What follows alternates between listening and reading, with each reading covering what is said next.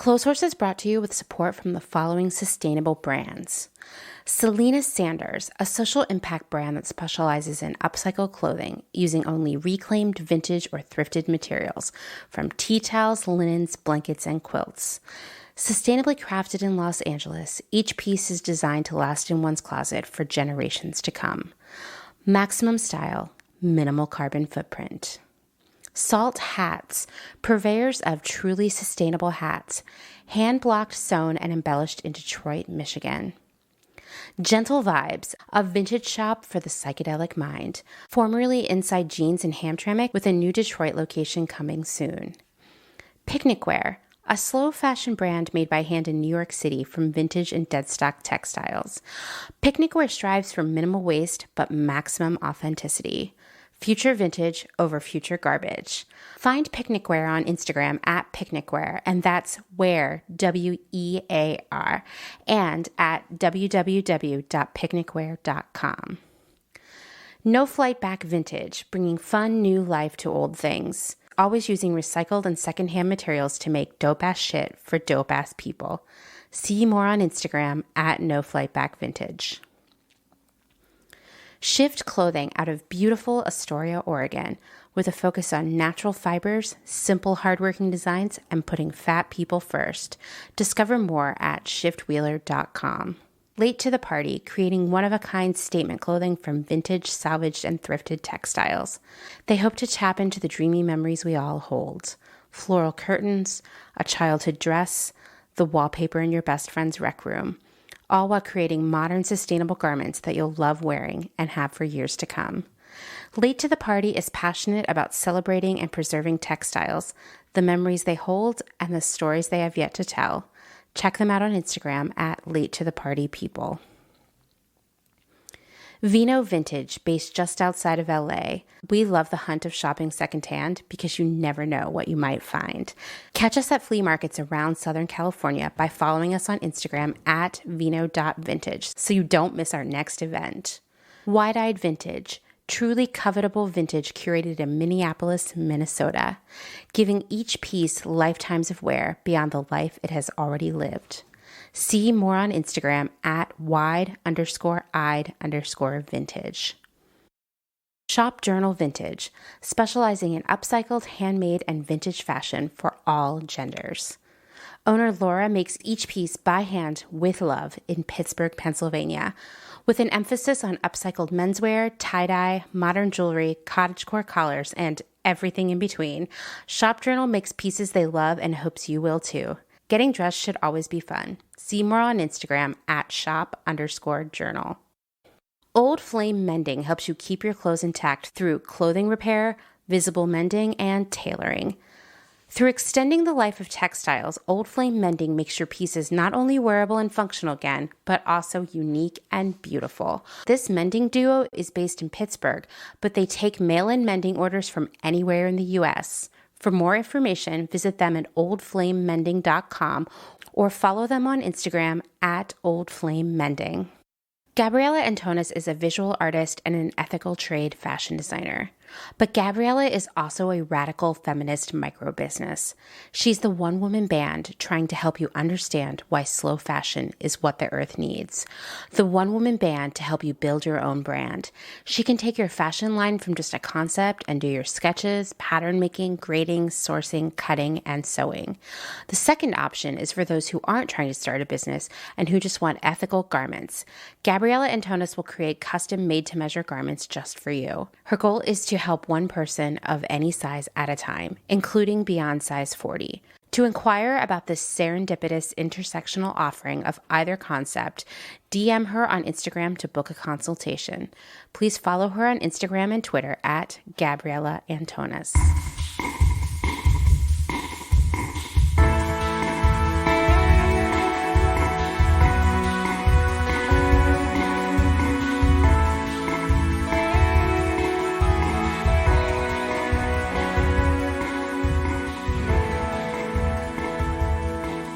Welcome to Clotheshorse, the podcast that learned so much about the world of dog figurines while recording this episode. I'm your host, Amanda. I think today is going to end up being like a supersized episode when all is said and done. So I'm sorry in advance. But then again, one of my favorite podcasts is Mother May I Sleep With podcast, and it's about Lifetime movies. And a lot of those episodes are like 2 to 3, sometimes 4 hours long. And I get so stoked to kind of just like break it up over a couple days. So maybe you can listen to this one in sections.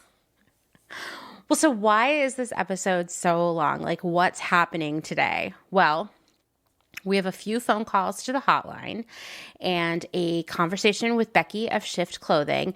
And then the main event is a conversation with a return guest, a Clotheshorse all-star, the one and only Jenny of Late to the Party.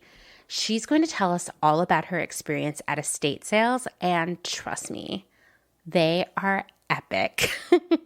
Estate sales are another great way to shop secondhand that you might not be familiar with, so I think you're going to love her stories. But first, it's time to thank our newest Patreon supporter, Christine Hogg, another former guest, a longtime friend of mine, and the woman behind Lady Hogg Vintage. All of you are always reaching out to tell me how much you loved her episodes about vintage, so I know you understand why I'm so excited to have her as a patron. Thank you so much, Christine, for supporting Clotheshorse and me. If you've been thinking about joining the Patreon, now is a really good time because this month, in addition to all of the other rewards, which includes exclusive episodes, last month's was about Victoria's Secret, and this month's, which will be about Cabbage Patch Kids, should be coming next week, before the end of the month, of course. In addition to all that, you'll get a free Anti-Brunch Society pin and membership card. So you can learn more about the Patreon and everything else at patreon.com/clotheshorsepodcast. Also, this month, if you want to support the pod, but you don't have the cash, which I get, neither would I, write a review on Apple Podcasts and I'll send you an anti-brunch pin too. All you have to do is send me the screenshot. Although probably what will really happen is I'll see the review first. I'll post the screenshot in stories and then I'll be like, hey, can you message me? And then you will. And then I'll say like, hey, give me your address. Wow, that's a really exciting story, isn't it? Anyway, if you don't want to do either of those things, that's totally fine too, because you know what? I'm just glad to have you here as a listener. So thank you for joining me for yet another episode. Do you hear that sound? It's the Clotheshorse hotline ringing, and it's our friend Meredith. Hey Amanda, it's Meredith. I'm giving you a call. I feel like it's been forever since I talked to you, even though it really hasn't been that long. I'm slowly catching up on all my missed Clotheshorse episodes, and I heard you talking about education and getting plus size education into fashion schools. I have the supreme pleasure of being an adjunct faculty member for my college here in Los Angeles, and I only teach one class a year, but I've also kind of assisted in other ways with certain programs, as well as been consulted kind of a little bit here and there for curriculum. And I definitely see holes in a lot of the programs that they currently offer. They're very different. Some of the programs are the same from when I went to school there many, many years ago, but some of them are very different. Some programs are completely new. So one thing that they do is update the curriculum from year to year.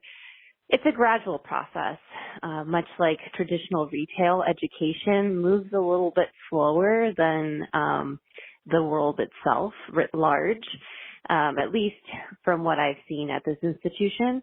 They definitely prioritize having people working in the industry teaching to get students the most up-to-date information. But sometimes curriculum takes a little while to enact change. It has to go through a lot of different layers. You have to get approvals. It's not as easy as just saying like, okay, we're going to get rid of this class and add this one. There's a lengthy process that's involved with it. I can say though that, there definitely, to my knowledge, isn't any plus size representation within the curriculum. I could be wrong, but there definitely wasn't any when I went to school. I would for sure say I got all of my experience on the job. And I always encourage my students, and anytime that I give talks, to have them do internships. If you do an internship, you're going to learn so much more than what you will ever learn in the classroom. Not to say that you shouldn't be exposed to everything or as much as possible, because that obviously helps you in the long run as well. But get out there, get in the business, go intern for a company that does plus size. You're going to learn so much more than anything you could learn in the classroom. Additionally, linking up with somebody, maybe someone in your network works in plus size, or you can get connected through your school to someone who does, like within a mentor type capacity. I think that's really a great way to learn additional information. If you have someone that comes and gives a talk at your school and maybe that person has had plus size experience, get their email, get their phone number, just reach out to anybody that you think can give you more information. Utilize the network that's given to you. I think a lot of people ask me if it was worth it to go to the school that I went to because it's expensive. And I always tell them it's worth it if you make it worth it. You know, like you have to make the school work for yourself, essentially. You have to get out there. You have to network. You have to talk to teachers, become their friends. You know, there's a lot of people who know a lot of people. And if there's anything that I've learned, the old adage is completely true. It's all who you know. Almost every job that I've gotten has been through knowing somebody at that company. It's super helpful and definitely a way for you to rise to the top. So that would be my suggestion for people who are in school now, you know, while this curriculum is being developed and, you know, will probably be slow to implement. There are so many other resources out there besides just getting it from your teachers or a textbook. And finally, they need to pay teachers more in general. I do remember hearing Selena talking about how her salary was reduced so much, and it is so true. Most colleges that are, you know, fashion-oriented colleges, they do not tenure faculty. There aren't a lot of full-time faculty, so most people are part-time, and your pay is determined on your course load as well as how many courses how many hours you've logged, essentially, teaching already. So you can end up making minimum wage teaching people. And I have the biggest newfound appreciation for all my teachers because holy shit, it's a lot of work. It's a lot of work. Grading is so much work. It's like on top of the 3-hour lecture, you have a lot of work to do outside of the classroom. And working a full-time job and teaching is always a challenge for me. It's, you know, you use every last ounce of your energy for teaching. There's no time to do anything else when I have that one class a year. So it's a lot of work. And I think if we were able to pay teachers more, you know, it's something I love teaching and something that I would love to just quit my job and teach full time. But unfortunately, you know, financially it doesn't make a lot of sense for me at this time. So definitely something that I would like to see change, and as well as to get some younger people into teaching as well, because a lot of these schools have much older faculty, and it's time for a new regime, new ideas, and bringing to light all of the experience that we have as young professionals to the students. I hope that some of this has made sense. I just got home from work after listening to your podcast in the car. So I'm a bit tired and disheveled, but I have a lot of thoughts about fashion education. So let me know if you want to talk about it further. I hope you're having a wonderful evening, and I'll talk to you soon. Thanks. Bye. Thank you so much for calling, Meredith. And if you were as excited to hear from her as I was, well, guess what? Get excited because she'll be back later this week to talk more about fashion school with me. So sit tight. There's more Meredith coming. The phone's ringing again, and it's our friend Salisha, also a previous guest. I feel like today is like a reunion because, you know, Meredith was a guest too. Salisha will be back next month for an episode about kids' clothes, but let's listen to her message. Hey, Clotheshorse, first-time caller here. Really excited. I had a question about B Corps versus B corporations. You know, there's a few different companies that I'm familiar with that are B Corps. And I've worked places where we investigated how can we become a certified B Corp. But I'm very interested to know, what do we think about it, the certification, and really the confusion or the differences between the two. So looking forward to hearing back. Take care. Bye. Okay, Salisha brings up some really good questions here. First off, what is a B Corp? Because maybe you've heard that floating around. Maybe you've never heard that term at all. Maybe you've seen it on a package of something you bought. Well, according to the actual B Corp website, which, by the way, the B Corp program is run by an organization called B Labs. Certified B corporations are businesses that meet the highest standards of verified social and environmental performance, public transparency, and legal accountability to balance profit and purpose. The B Corp model embodies this concept that is often called the triple bottom line. Once again, you may have heard this, you may not. Basically, that triple bottom line is profit, people, and planet. I mean, that sounds great, right? B Lab and the B Corporation model really relies on this idea, or perhaps is motivated by this idea, that nonprofit organizations can't change the world for the better on their own. Like, they actually need to get for-profit companies involved to get there. And, when you think about it that way, it makes sense because there's a lot more money and, power and sort of possibility tied up in the corporate world, right?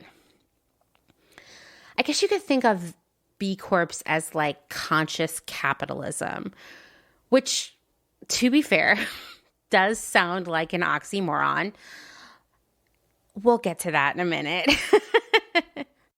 Now, what about a benefit corporation, which some people do call a B corporation, but since B Corps are also called B corporations, it's very complicated. So let's just break down what a benefit corporation is. A lot of people confuse a B Corp, which is a certification, with a benefit corporation, which is a corporate legal structure. But you can see why it would be confusing already. Now, your standard corporation, whether it's J.Crew or Amazon or even smaller companies, they are called a C Corp. The primary concern of a C Corp, your traditional kind of company, is maximizing shareholder return, which is why all kinds of shady stuff happens all the time, like laying off workers during the pandemic, not because you can't afford to pay their salaries, but because you want to be able to pay dividends to a shareholder, right? That kind of stuff. I mean, we already know that's pretty shady. I don't think I need to sit here and talk about how the traditional C Corp can be highly problematic because we already know. But if that's something you'd like to hear about, I surely could fill hours with that. So that's a C Corp. Well, a benefit corporation is also a for-profit entity, just like a C Corp, but it focuses on making a positive impact on society, workers, the community, and the environment. So for example, a benefit corporation might make a strategic decision that is good for the environment, yet might not be beneficial in the short-term profit interests of its shareholders. It's sort of the longer game, if you will. I think it's also, and I am by no means saying that benefit corporations are like the solution to all of our problems, but I will say for those shareholders and the people involved in those companies, it really takes a different view of like what profitability means, that perhaps isn't the benefit of a better society a non-financial profit in itself. That's some lofty thinking, I know. For the sake of this conversation for today, I'm primarily going to be talking about B Corps and not benefit corporations. But I will say this. One, most B Corps are actually C Corps, but they have that B Corp certification, right? I couldn't find a lot of intersection between benefit corporations that were also B Corps, meaning they have the certification, but they are not exclusive of one another. I will also say, number two, that both concepts, both the B Corp and the benefit corp,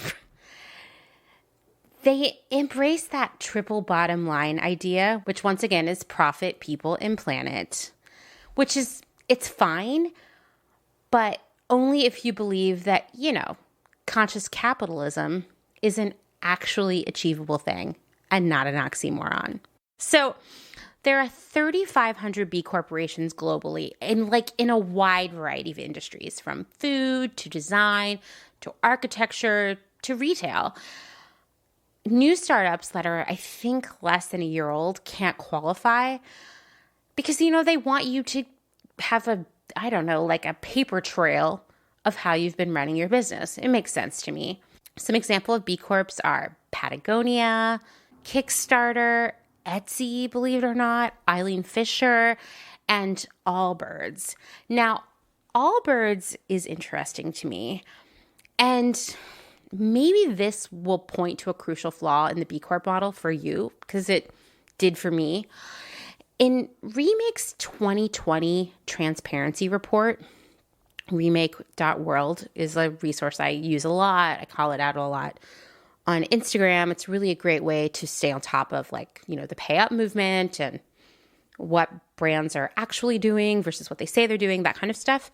Well, so Remake makes this transparency report every year. And for this year, the 2020 transparency report, Remake contends that Allbirds is guilty of greenwashing because while they do offset their carbon and think about packaging and whatnot, they don't speak out at all about who is making their shoes, the conditions they work under, how much they're being paid.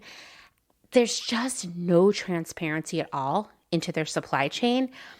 So basically, Allbirds is missing 50% of the sustainable development goals laid out by the UN because, it's 50% environmental, 50% people. Like a lot of companies that are very guilty of greenwashing out there that we've discussed in the past, Allbirds is really focusing on the environmental side of it and kind of ignoring the people element. So right there, you could say, it seems like we might be seeing a flaw in the B Corp mission, right? I have to say, I personally, back when I was consulting, have helped some companies work on achieving B Corp status. And I'm going to tell you, it's not easy.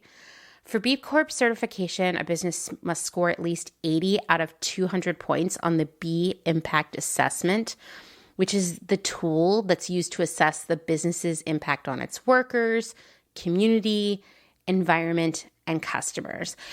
And that score alone is kind of interesting to me. Let me say that again, 80 out of 200 points. So ostensibly, you don't even have to get half the points on the assessment to pass. That's a red flag to me, right? Now, the stuff on the assessment, it hits all kinds of aspects of how a company functions. Companies have to commit to using specific cleaning products, paper products, shipping, packaging, all that stuff. And none of that is cheap.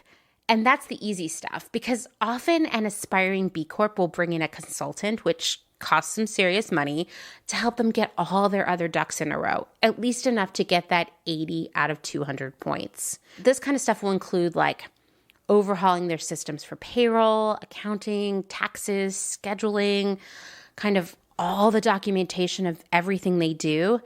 All that's going to need to change, often accompanied by some major changes to their leadership team. It's a long and complex process. And once again, they don't even need to get half the points on the assessment. This can be a significant burden for small businesses. So a small business that is actually being really responsible, both socially and environmentally, probably doesn't have a lot of extra cash laying around to hire consultants and pay certification fees and whatnot. And I think that points to another flaw in this B Corp concept, right? But there's also considerable pressure to become a B Corp if a company of any size wants to be taken seriously in areas like healthy food, sustainable products and design, wellness. Companies also have to demonstrate that they aren't shirking taxes with elaborate write-offs and deductions. So automatically a ton of corporations are also disqualified. They don't even need to do any other work. They're not going to make it. And then there are industries that are just completely ineligible because their products do more harm than good right out of the gate. So they don't even need to bother applying for this. And industries like that would be like fossil fuels and tobacco. Like, okay, yes, they're bad news, right? Once a business does meet the impact and legal requirements, once again, not even half the points on the assessment, the business registers with B Lab. Once again, that's the organization behind the B Corp process. And then they pay certification fees, which are on a sliding scale, but are pretty considerable. Now, being a B Corp can be a good investment of your money because it allows you to sort of have bragging rights about your practices. In fact, you get a little B Corp seal that you can use on your website and products, and that looks good, especially there are a lot of conscious consumers out there who see that and think, okay, this is the right place to spend my money. And while you must continue to uphold the terms of the agreement you've made with B Labs, you're not exactly required to put people and planet first, right? Because like I said, I'm going to keep coming back to this. You don't even need to get 50% of the points on the assessment to qualify. It's concerning. So going back to Allbirds, there's clearly something shady going on with their supply chain, or they would be bragging about how ethical it was, like all over the place, right? So the fact that they're being close-lipped about it is a red flag, but they didn't need to share all of that information to qualify as a B Corp because they didn't have to, get a perfect score. They didn't even have to get an A score. They basically had to get slightly less than half the points. They may have gotten there by showing how they file their taxes and the kind of packaging they use, the sort of light bulbs they use in their warehouse. I mean, it's stuff like that. Once again, you don't need to hit all of the sustainable development goals to qualify as a B Corp. That said, I think it's also important to call out who isn't a B Corp despite claiming sustainability. Everlane, who I've called that on Instagram, major greenwasher, lots of issues with basically everything they do. Amor Vert, that's another one that Remake has called out as being just like an egregious greenwasher with basically no documentation around any of the claims they make towards sustainability. ARC, we've talked about ARC a lot on Instagram, ARQ. They're not even responding to my questions about their factories. 4 Days is another one that I think does seem to be on the up and up. Of course, once I dig into it, I might think otherwise. They're not a B Corp. And then Everybody World, who is super sketchy and is also very guilty of greenwashing. They are not a B Corp either. Overall, I would say that becoming a B Corp is really good for marketing, right? But other people I've talked to in the world of sustainability and specifically zero waste or moving towards less waste, those people feel that B Labs hasn't gone far enough. I would agree, now that I know the minimal amount of points you have to get to pass. And a lot of those people are saying that they think there will be a new, even more difficult to achieve certification coming in the future. I mean, honestly, all B Labs would have to do is increase the threshold for the number of points you need to get to pass. That alone would be a game changer, right? There's a lot of concern, particularly for those who are really involved in social and environmental justice, that the B Corp certification doesn't dig deep enough into the important things, like workers and their rights, while dwelling on the use of paper towels, right? They believe, and I mean, I can't disagree here, that the assessment is focused on throwing money at problems rather than actually dismantling systemic issues. I can't disagree with that, And these concerns that becoming a B Corp might be too easy, too wrapped up in the status quo, well, that brings me to perhaps the fatal flaw, the biggest fatal flaw in the B Corp model. This assumption that capitalism can save the world. This ignores the possibility that rather than a solution, capitalism may be the problem itself, particularly capitalism as it exists today. It's not an episode of Clotheshorse if we don't talk about capitalism, right? I have a great quote from Joseph Stiglitz, who is a Nobel Prize winning economist. Like the dieter who would rather do anything to lose weight than actually eat less, this business elite would save the world through social impact investing, entrepreneurship, sustainable capitalism, philanthrocapitalism, artificial intelligence, market-driven solutions. They would fund 1 million of these buzzwordy programs rather than fundamentally question the rules of the game or even alter their own behavior to reduce the harm of the existing, distorted, inefficient, and unfair rules. Now, I hate that Stiglitz brings dieting into this, but it is an effective metaphor for what the industry is doing by relying on B Corps and all these other buzzy words, which ultimately all kind of lead to greenwashing, right? All the words that Stiglitz just said in that quote, it all relates to greenwashing, knowing that you don't even need to get half the points on the assessment to become a B Corp. To me, that points to some greenwashing. Intentional, I'm not saying, but maybe a little bit intentional. Once again, Allbirds, a certified B Corp, is being accused of a lack of transparency and full-on greenwashing by one of the most important fashion watchdogs in the world, Remake. If their supply chain isn't demonstrably ethical, then how are they a B Corp? Oh, right, because they don't even need to get half the points. Okay, right, so they just skipped that section. I would ask you to ask this, or perhaps I'm just going to ask this and you can think about it. Is the B Corp model actually protecting a system that is deeply flawed, that struggles to behave with conscience? Because I think so. Is the idea of B Corps protecting and even enabling a fundamentally flawed system? Yeah. And if the answer there is yes, then is capitalism irredeemable? I mean, I have so many feelings there, of course. I haven't seen a compelling argument for capitalism in my lifetime. I'm apt to say that the B Corp model is a Band-Aid, maybe even just a good coat of lipstick on a pig, except pigs are smart and cute, and capitalism is ugly and selfish. At this point, becoming a B Corp just feels like part of a checklist that a company needs to check off in order to market themselves successfully to eco-minded people. But it doesn't seem to dig deeper into the core issues of social and environmental justice. In fact, I would say it just ignores these issues altogether. It puts up a bar that is very high, and when you see the totality of what you need to achieve to cross that bar, you're like, okay, this is amazing. But then what happens is you, the consumer, turn away and they lower that bar 60%. So it's just really easy to step over, right?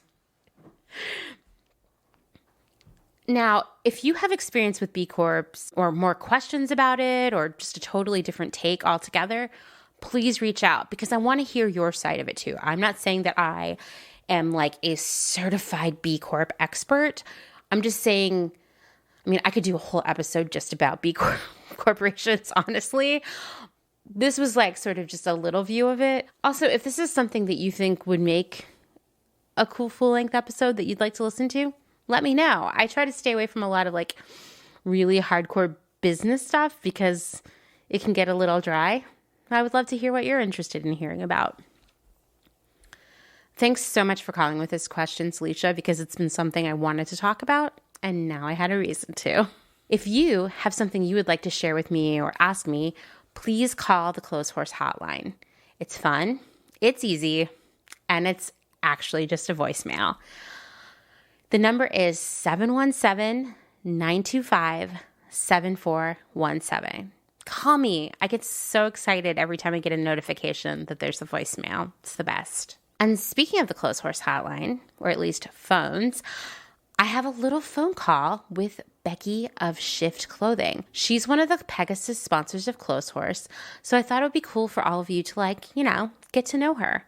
Plus, I personally wanted an excuse to talk to her IRL because so far we've just been internet friends. And, you know, I wanted to just have a little chit chat. I had to edit our conversation down because we definitely went off on some tangents.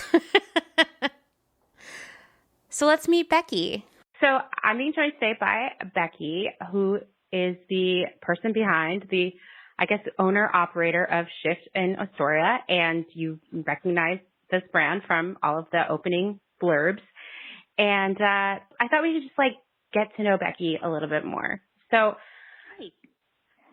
Becky, why don't you tell us about, how you came to start Shift? Okay. Well, it's been a kind of a slow path for me. I started about 5 years ago with the brand. So, I started out at a farmer's market here in Astoria with my friend Nick, who's my business partner. We share a space, we share a showroom. We kind of each make our own different things, but we share a lot of resources. And he and I became friends, and he was really encouraging me to start making stuff and do the market. And I was like, God, I had spent many years selling apples and flowers and artichokes and all kinds of shit at farmers markets. Oh, can I swear? Yeah, you can swear. I swear all the time on the show. It's fine. Oh, great. I guess let's just say you don't even hear it because you're so accustomed to swears. You're like, what? I didn't notice. Anyway, that was a good way to make me kind of stop babbling about that because I could go on and on. But anyway, we started small. I kind of just kept throwing stuff at the fan and just kind of wanted to see what would stick. And just really grew slowly and organically and, started doing bigger shows like Crafty Wonderland. And then the next year I added Urban Craft Uprising in Seattle and really sort of honed what I was making. So I started out with buttons and badges and, banners and all kinds of stuff, and then ended up really just focusing on clothing and making things that I wanted to wear. Like that was sort of my focus. And once I figured out that people were interested in what I wanted to wear for myself, it was like everything kind of opened up. I was like, oh, okay, this is where my focus needs to be. Well, I always see the things you post on Instagram when you repost customer photos and stuff, and then I have to go creep on the customers, and they're all they're so happy, just so excited to wear what you've made, and that must make you feel so good. It is. And starting to do those shows, when I started doing those shows and people started buying stuff and having that reaction, it really sort of solidified for me that I was, on the right path with it. The suspender dress, which is kind of my signature item, has a weird sort of, it's sort of like an apron, but it's a pinafore. It has a weird armor feeling to it. It's a weirdly protective garment, and people feel really empowered when they wear it. I mean, it's very specific. It's got an A-line silhouette. It's not for everybody for sure, but it's interesting how happy it makes people, and that makes me super stoked. Something that is an important part of the blurb, the Shift blurb in the beginning of every episode, is that we talk about how you put fat people first. And I wanted to talk about that a little bit because otherwise, every other brand out there, for the most part, there are exceptions obviously, but they're putting fat people, I would say 12th, 14th, 32nd on their list of people to dress. What made you decide to do that? Well, I mean, it really, literally, I am pretty much the fit model for everything, and I'm like a size 24.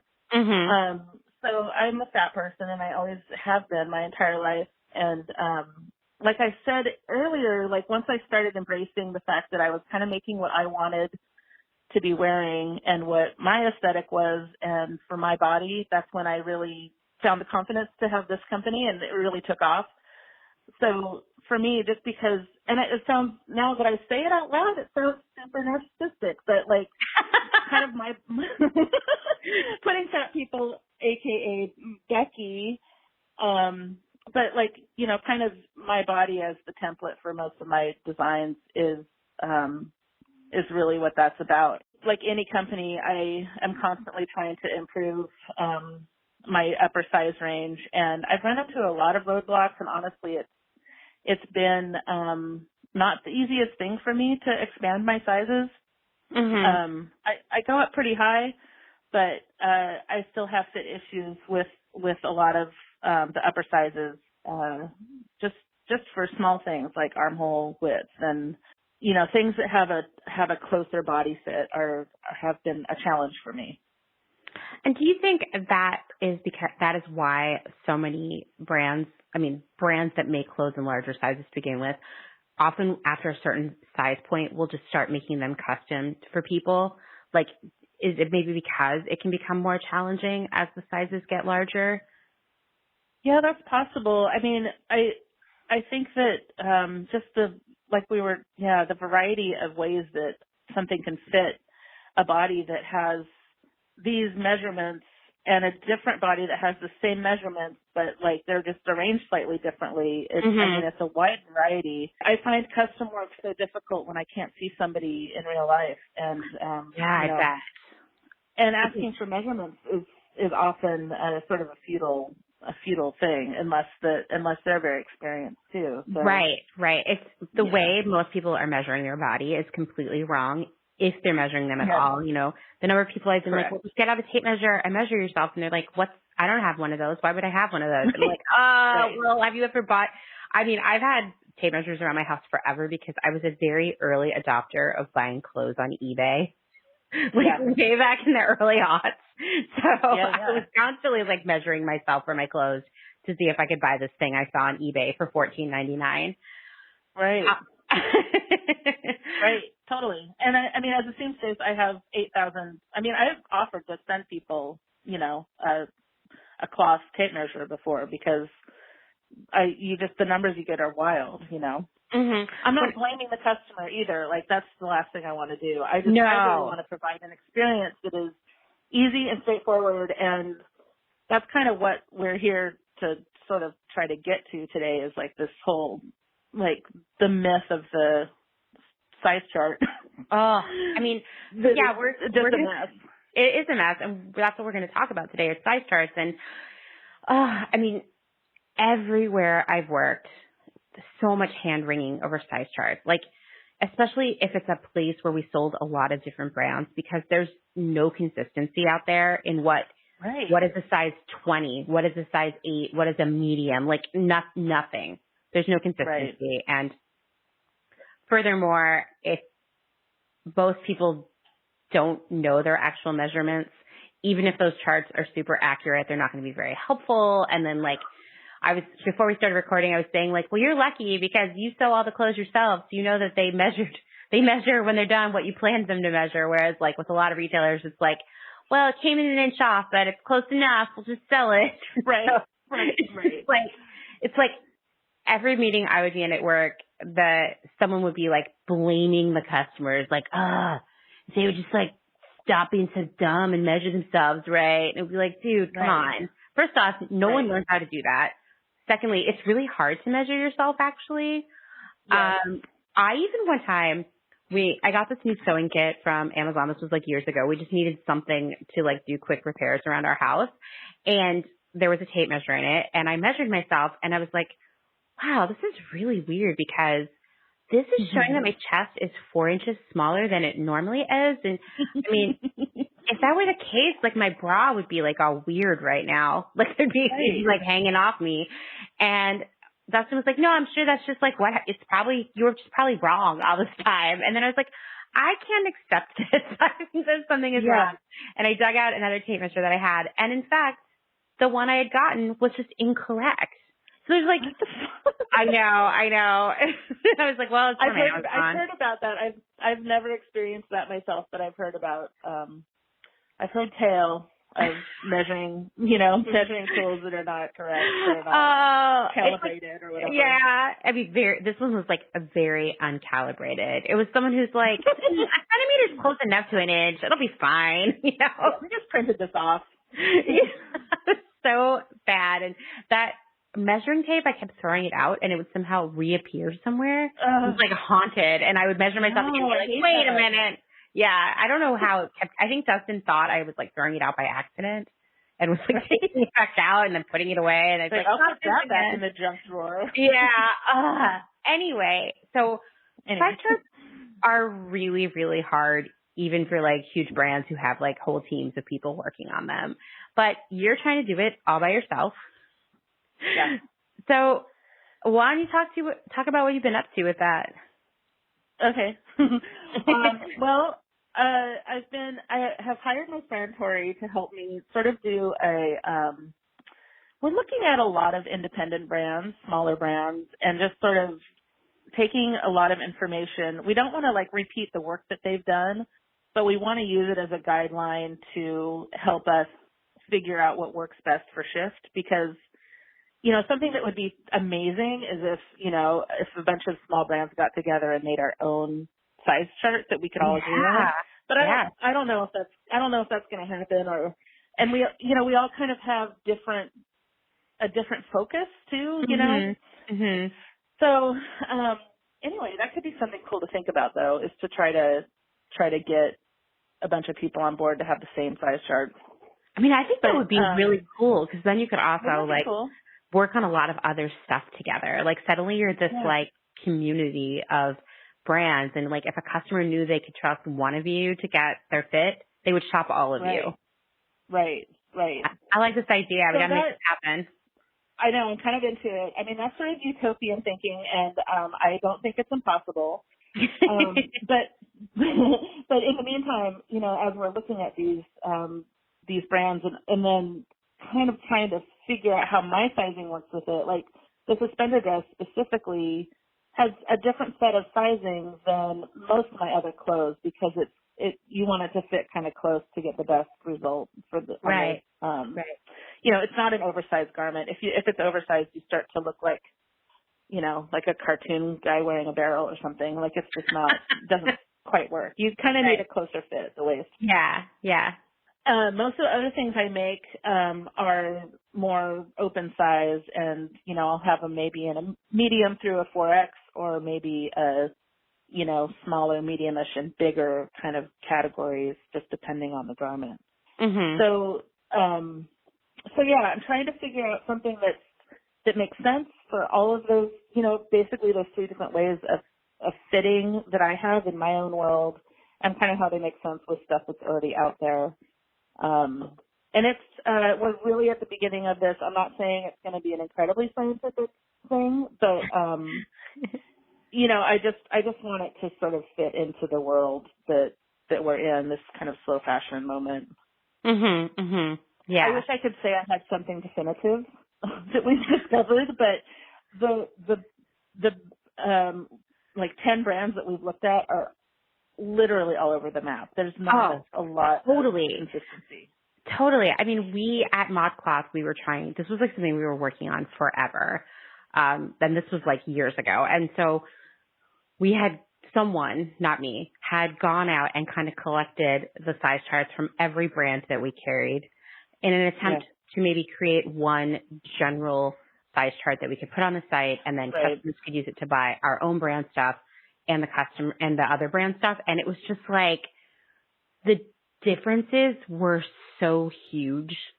Yeah. It was ridiculous. And it's like you're a size 10 in this and a 14 in that. And yeah. I mean, and then like that's only if like it turns out that you're also the same height as the model they were using or something, because I feel like that's where it also gets complicated, if you're shorter or taller, if you're a leg person or a torso person, or, you know, how wide your shoulders are, and it just becomes so impossible.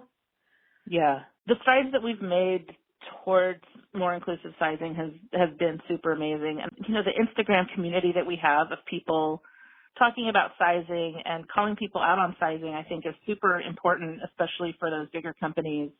Mm-hmm. But also I think it's so important for people to know how, and I'm not trying to say this to make any excuses or anything, but that it is just so complicated.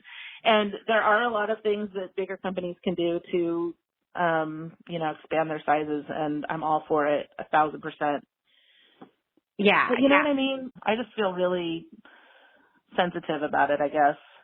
I mean, it's really hard because, like, there's so much variety in bodies that go beyond just, like, how big your waist is or how big your chest is. Like, it's so much more complicated. Like, I, for example, have found that it's really difficult for me to find, like, a romper anywhere that fits me because I have a really short torso and I must have a long rise or something because it'll end up, like, being blousy above the waist and then, like, I have, like, camel toe.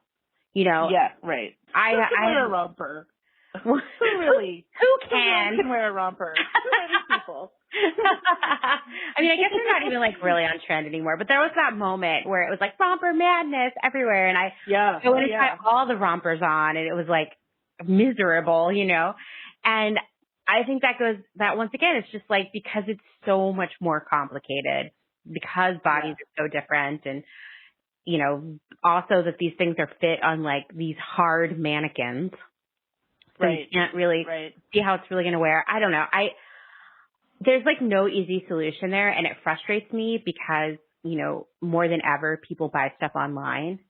And, I mean, obviously this year, like, is a crazy time. You, like, extra have to buy stuff online, but even before that, people were opting to buy everything online, and I just, and it leads to all these, like, returns, and just, it's, like, so much waste and so much despair for the customers, and it's almost like, can we just go back to the old-timey ways of buying stuff IRL so that, you know, like, if someone came into your store and you were, like, because you were suddenly selling rompers, you know, and if I came in and was, like, trying on some rompers, and I was like, hey, is there, like, a shorter torso version, you could probably work something out for me, you know?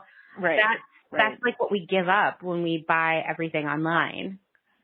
Yeah. It's so frustrating. I really, you know, as somebody who is, like, coming at it from a customer's perspective, which is sort of my deal, like, I really think about how the customer is going to experience something, and I want items to be so useful, and I don't want them to sit around in a closet. You know, like, why sell something to somebody if they're not going to use it? Like, it almost bums me out.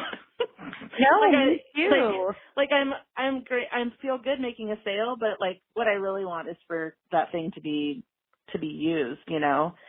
And so I don't know. I think I obsess a lot about the customer perspective and, like, how it's going to work for them, and which is awesome. Yeah. You know? it's what it is it's debilitatingly it freezes me up. What it does. So yeah, you're welcome, customers. I get that a lot. Yeah. It's great.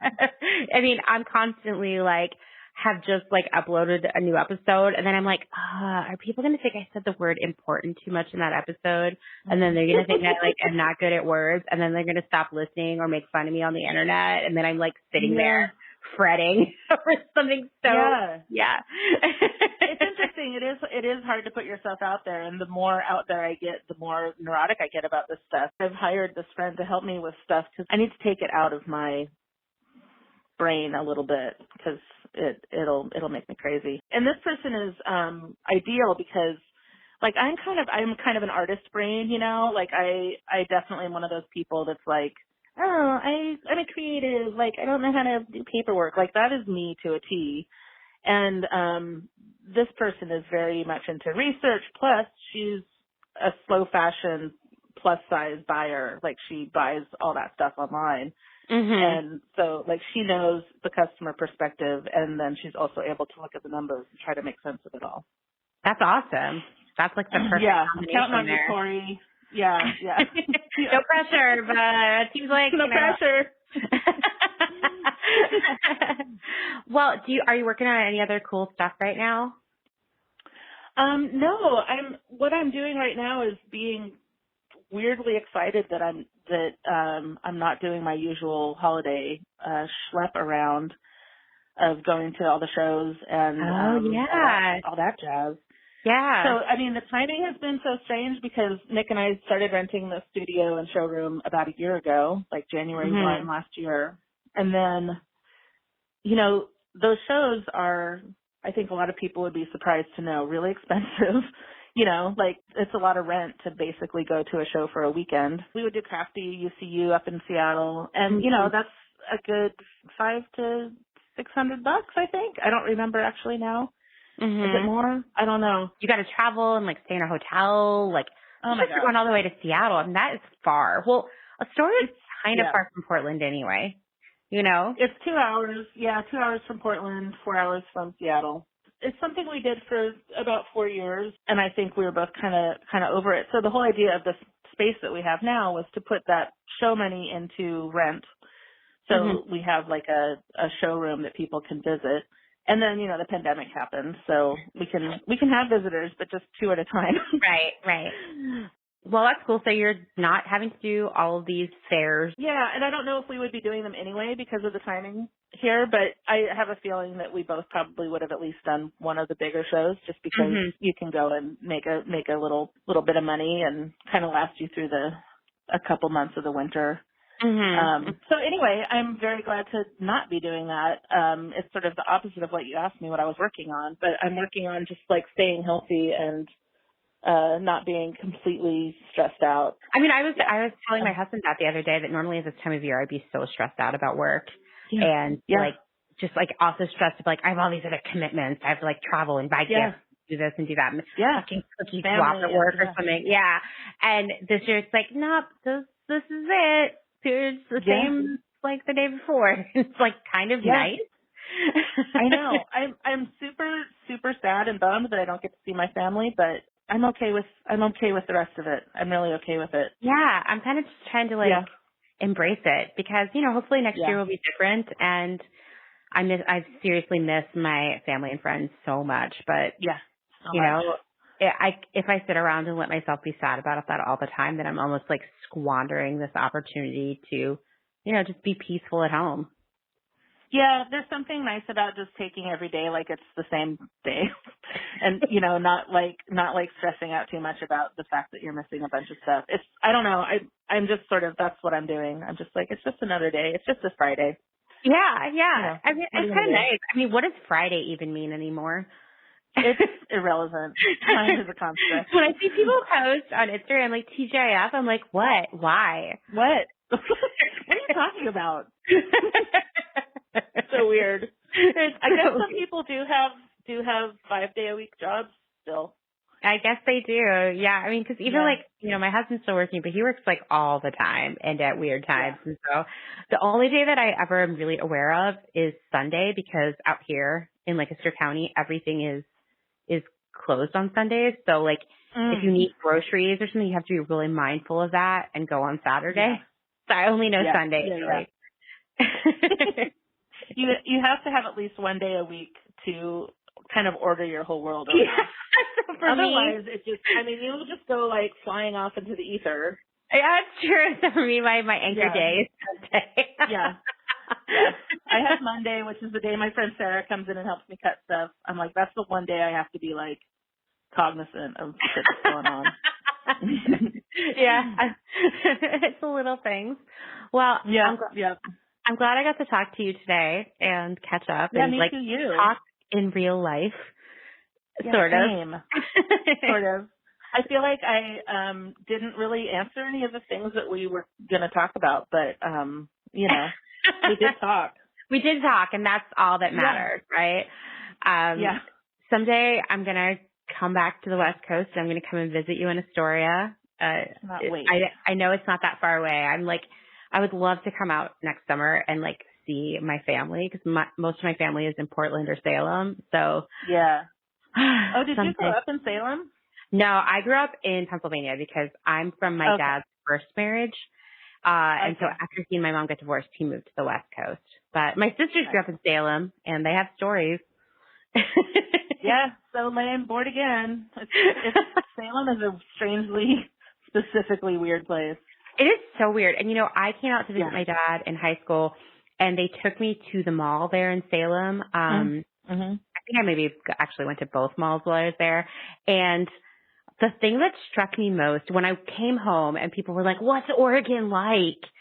I was like, well, when you go to the mall and you go in the stores that we have here, they play country music. Thanks, Lancaster Mall. Yes, totally. Thanks, Lancaster Mall. Which I also just want to say, if my sister Kelly is listening to this episode, which she probably will, she always swore that the Lancaster Mall was the cool mall. So. Oh, really? Not the downtown mall? Yeah, I always thought the downtown mall was kind of cool because it's like really old, you know? Yeah. Yeah. Yeah. I mean, yeah, I always thought the downtown mall was cool too. I don't know what it's called. Is it even called the downtown mall? I wish it was called the downtown mall because that would be the downtown. That's the best name for a mall ever. But I don't even think that mall exists anymore. I think they like closed it all up. I think there's still a lot of the freestanding bigger stores. I don't know. I don't hardly ever go to Salem, but I have a lot of friends that grew up there. My parents live in West Salem, and nice. I was listening to an episode of Dateline the other night, and they were talking about this woman being kidnapped at the Ross in Salem, and I was like really excited because I knew exactly where it was because it's like right before you turn to go over to the bridge to West Salem. I was like, oh my God, I'm picturing that Ross. Yeah. I love how you like live out in the boonies and it freaks you out and you're listening to people being kidnapped. Oh my God, I know. I mean, I think the most important thing that I've learned from Dateline is that I tell Dustin this all the time. I'm like, instead of us murdering each other, let's just get a divorce if we hit that point. Like, I don't understand why it's every episode you think it might be someone else, but it's always the husband or wife. It's always the husband, is. Yeah. That's the most important thing I've learned from Dateline. Yeah, good. Thanks, Dateline. whatever his name is. All right. Well, I am glad I got to talk to you today, and hopefully I'll get to talk to you again soon. Maybe we can do this every month. Okay, that would be great. Really great to talk to you. Thank you so much, Amanda. Okay, bye. Okay, bye. Okay, aren't you so glad you got to hear Becky's voice and hear what she's up to? You can see more of Becky's work and all of her super happy customers on Instagram at Shift Astoria and on the internet at shiftwheeler.com. All right, let's get into our conversation with Jenny of Late to the Party.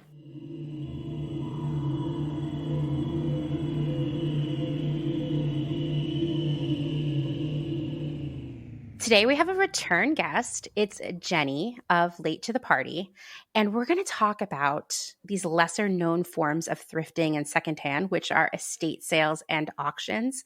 And this was actually Jenny's idea because she is like the ultimate estate sale aficionado, and I would say expert. Okay, I'll take that title. Yeah. I like that title. So why don't you, tell everyone how you got into estate sales, because it's not something you are born doing. Correct. Yes, I wasn't like at birth an estate sale queen. I mean, I love that. I love that you just like come right out. Right. And I'm just like, where's the next sale? I am kind of amongst my friends known as like the ultimate like estate sale queen at this point, which I love that title. It's like, but anyhow, so basically like I started, I think we talked about it a little bit in the last time we spoke on the podcast, on the pod, that I kind of grew up in a thrifting household. Like my mom was an antiques and collectibles dealer. So I was always going to like Goodwills and Salvos with my mom growing up. So I was kind of like, I got a taste for what I call the hunt, as a young age. and so that was really a big part of my life growing up. And then, I moved to New York in my early 20s. And as we all know, I mean, New York in the 90s, still, there was some thrifting to be had. But, New York's a really concentrated area. And there's a lot of very like stylish people who were on that tip doing some sort of similar stuff.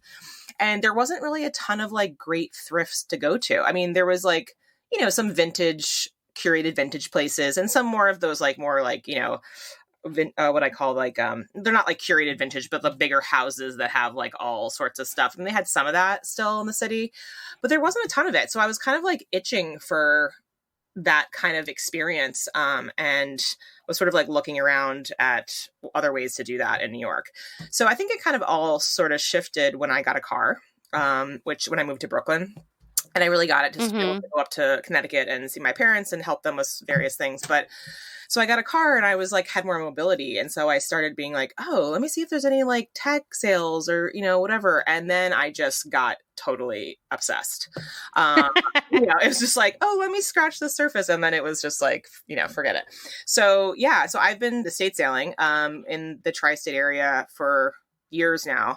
And it's become like one of my favorite pastimes. I sometimes just wake up on a Sunday, my partner's still like sleeping and I'm like, I'm just going to go out, and I just go and like see what happens. Yeah. So that's kind of how it started, is just sort of like looking for that similar kind of thrifting experience that I couldn't really find in the same way in New York. And then it just became sort of like a love affair for me. And everywhere I go, I mean, that's like my partner always jokes whenever we go on a road trip, he's like, oh babe, like, we don't have a lot of time, so you can pick like one or two spots, you know? I have to like kind of fit it in, or like, you know, when we go on vacation, like with friends, I have to be like, you guys, I'm just going to go for like a drive for a little, everyone's like, oh, okay. You know, so it's like, I know some trips are not about that, but when there is that opportunity, like I definitely like to just pop out and see what's going on. So yeah, so that's kind of like how I got started. So for the listeners, what is an estate sale? Because it sounds like really regal and intimidating. Right, totally. You know, someone else just asked me that recently. And I mean, at the end of the day, it's really can be there's a wide range, I think, of what people are calling estate sales. I mean, there's no one, you know, there's no one like managing that world. I mean, like, that's not an estate sale, or like calling people out in the wrong language or anything. You know what I mean? Right. Really, whatever you want to call it. You want to call it a tag sale, but I think essentially estate sales are really when it's the entire estate. I mean, it's pretty simple, I think. You know, it's when an entire home, and that could be a home, a flat, like a whatever, any kind of whatever a home consists of, apartment, and then it's like pretty much the contents of that. So I think that's sort of like a general. I think people can say whatever they want at this point, and it makes it sound like sexier. So they'll say like, "Oh, estate sale," and you get there and you're like, "Oh, this is barely."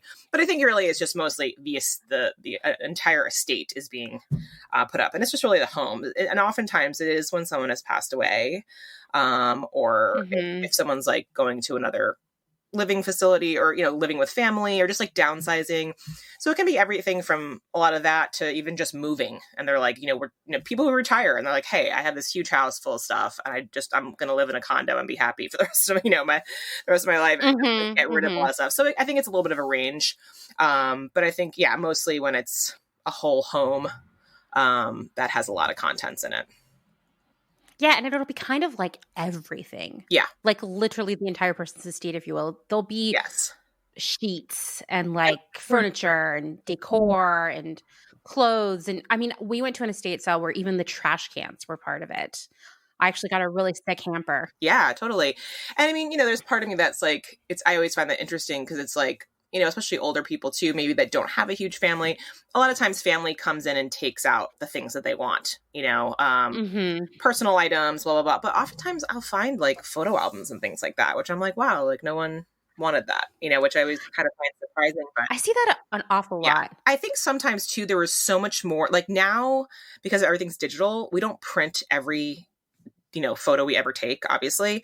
It's just like a highlight reel, right? You might have some frames around or a few photo albums of like childhood stuff. But I think back in the day, people just printed everything. So they had these photo albums, and like a lot of the stuff was probably not great, or like stupid. Like I sometimes will see people take pictures that are like of their house just when it went under construction or something, so maybe people don't, I've seen like weird stuff like that where it's like, okay, maybe the family's like, we don't need to save that, it's fine, and it's like, we have this crazy, I found it at the thrift store and I had to buy it, and it's like a photo that was like printed on like a wood, like it was someone paid a lot of money for this, right, to have this photo printed in some sort of like enamel or something on this like deeply shellacked, like ornate wood piece that has like the metal hardware for hanging. Right. And it's literally just a blurry photo of the front of their house and the dog. It's really amazing. Yeah. It's like not a good photo at all. Right. And someone spent some money to get this done, to get photos printed on wood. I can't even imagine. I'm sure. Yeah. Yeah.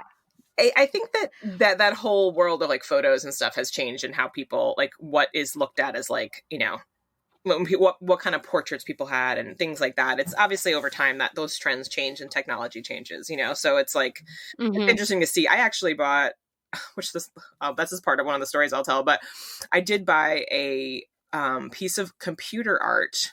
I say that in quotes. I mean, I guess it was technically computer art.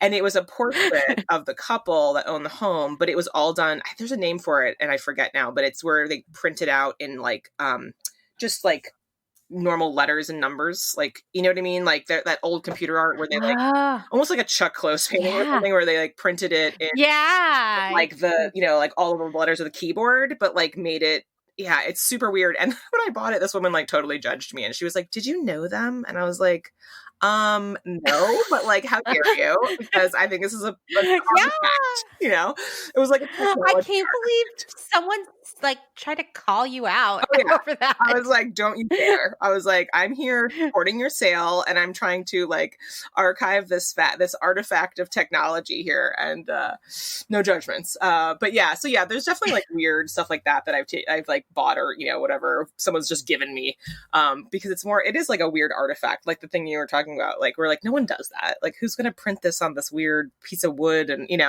sometimes they're just interesting. Yeah. The fact that it was made, Yeah, I know. I mean, we saw it and we were like, we have to buy this. It has like no visual value whatsoever, but it was like, this is who we are. We are people who appreciate this. Yeah, absolutely. I think that's half the reason why, I end up buying some of the things I do, just because I find them so fascinating, just like as weird pieces.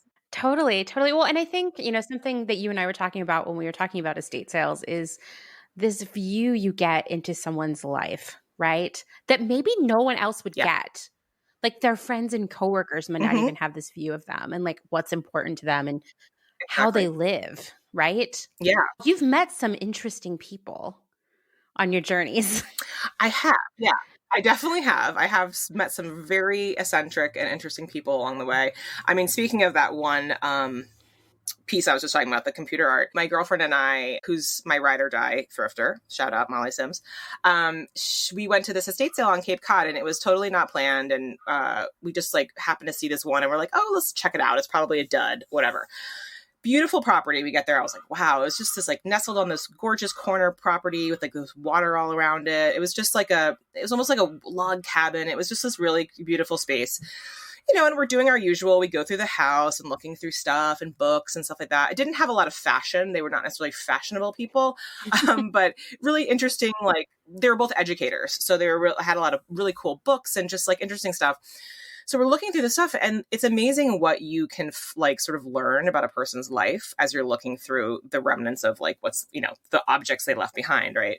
And so I learned that they were Husky breeders, which was amazing. So there was a lot of really cool pictures of them with like different Huskies through the years. I found out they were both like teachers. I started looking at his side of the bed where his bookshelf was. And there was a lot of like very artsy photography of like gay men and different things. And I was like, interesting. Like a lot of like, homosexual themed books and stuff, which I was like, okay, it's sort of like interesting because then you're like, what? It just makes you be like, what was their life like? Yeah. Like, were they actually a couple? Were they friends that just said, let's make a life together? It's just really like kind of you're sort of peeling this onion. And so then, Molly and I just kept like looking through things and we were like, oh, wow. And I found some amazing books. And then we found this binder and she's looking, why do we do this? I have no idea.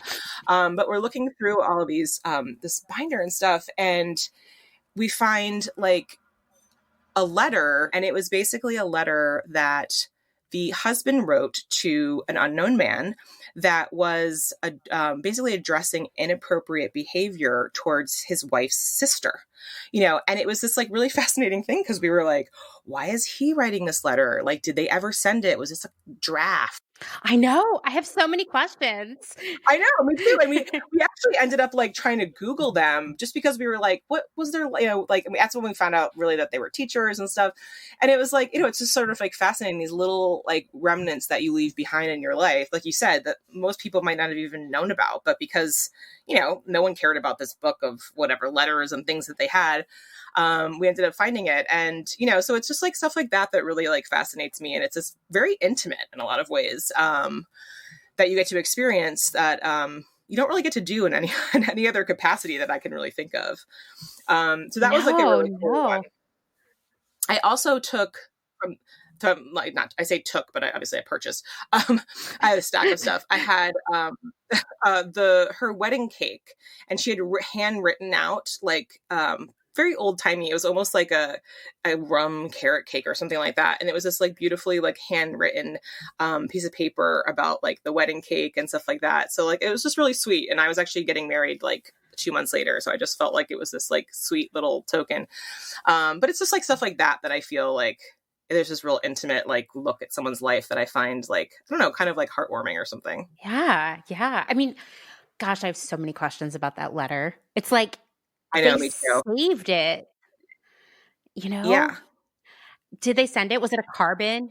Right. Was it like a draft? Because it was like, it was typewritten on a typewriter. So part of me was like, oh, is it, and actually the funny thing is I think that we had the letter, either Molly and I have it, but I can't find it.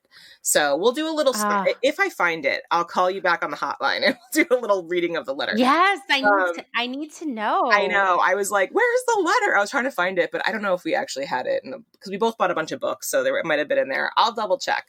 But yeah, so it's like, Did they not send it? Did they decide that like maybe it wasn't a good idea? I don't know. Who knows? But they saved it. You know what I mean? Right. Like they were like, oh, but this is still important enough to save. Like maybe they're like, well, we'll see how things go and maybe we'll send it next month. I don't know. Or like, it's just totally. Who knows? So crazy. Yeah. Absolutely. So, so that was like a really cool one. And especially because it was on Cape Cod and a lot of times, I haven't hit a lot of really amazing ones on Cape Cod. So that was like a special one. Another one that I went to a couple summers ago was just kind of an unusual one for me. My bread and butter house is like sort of like an older woman who was like a crafter maybe of some sort, and like just or people that like really didn't update their homes, stuff like that. Like kind of like, working class ladies who were maybe, were a nurse or something and just like liked cool fabric. And, it's like usually the kind of people that I love to stumble upon in sales. But this one was a little bit out of my usual. It was in Long Island. And it was in a very wealthy area in Long Island. And it was basically like a mansion. I saw the pictures online and I was like, oh my God. And I usually don't go to those, to be quite honest, because they're usually mostly like furniture and stuff that I'm not really looking for.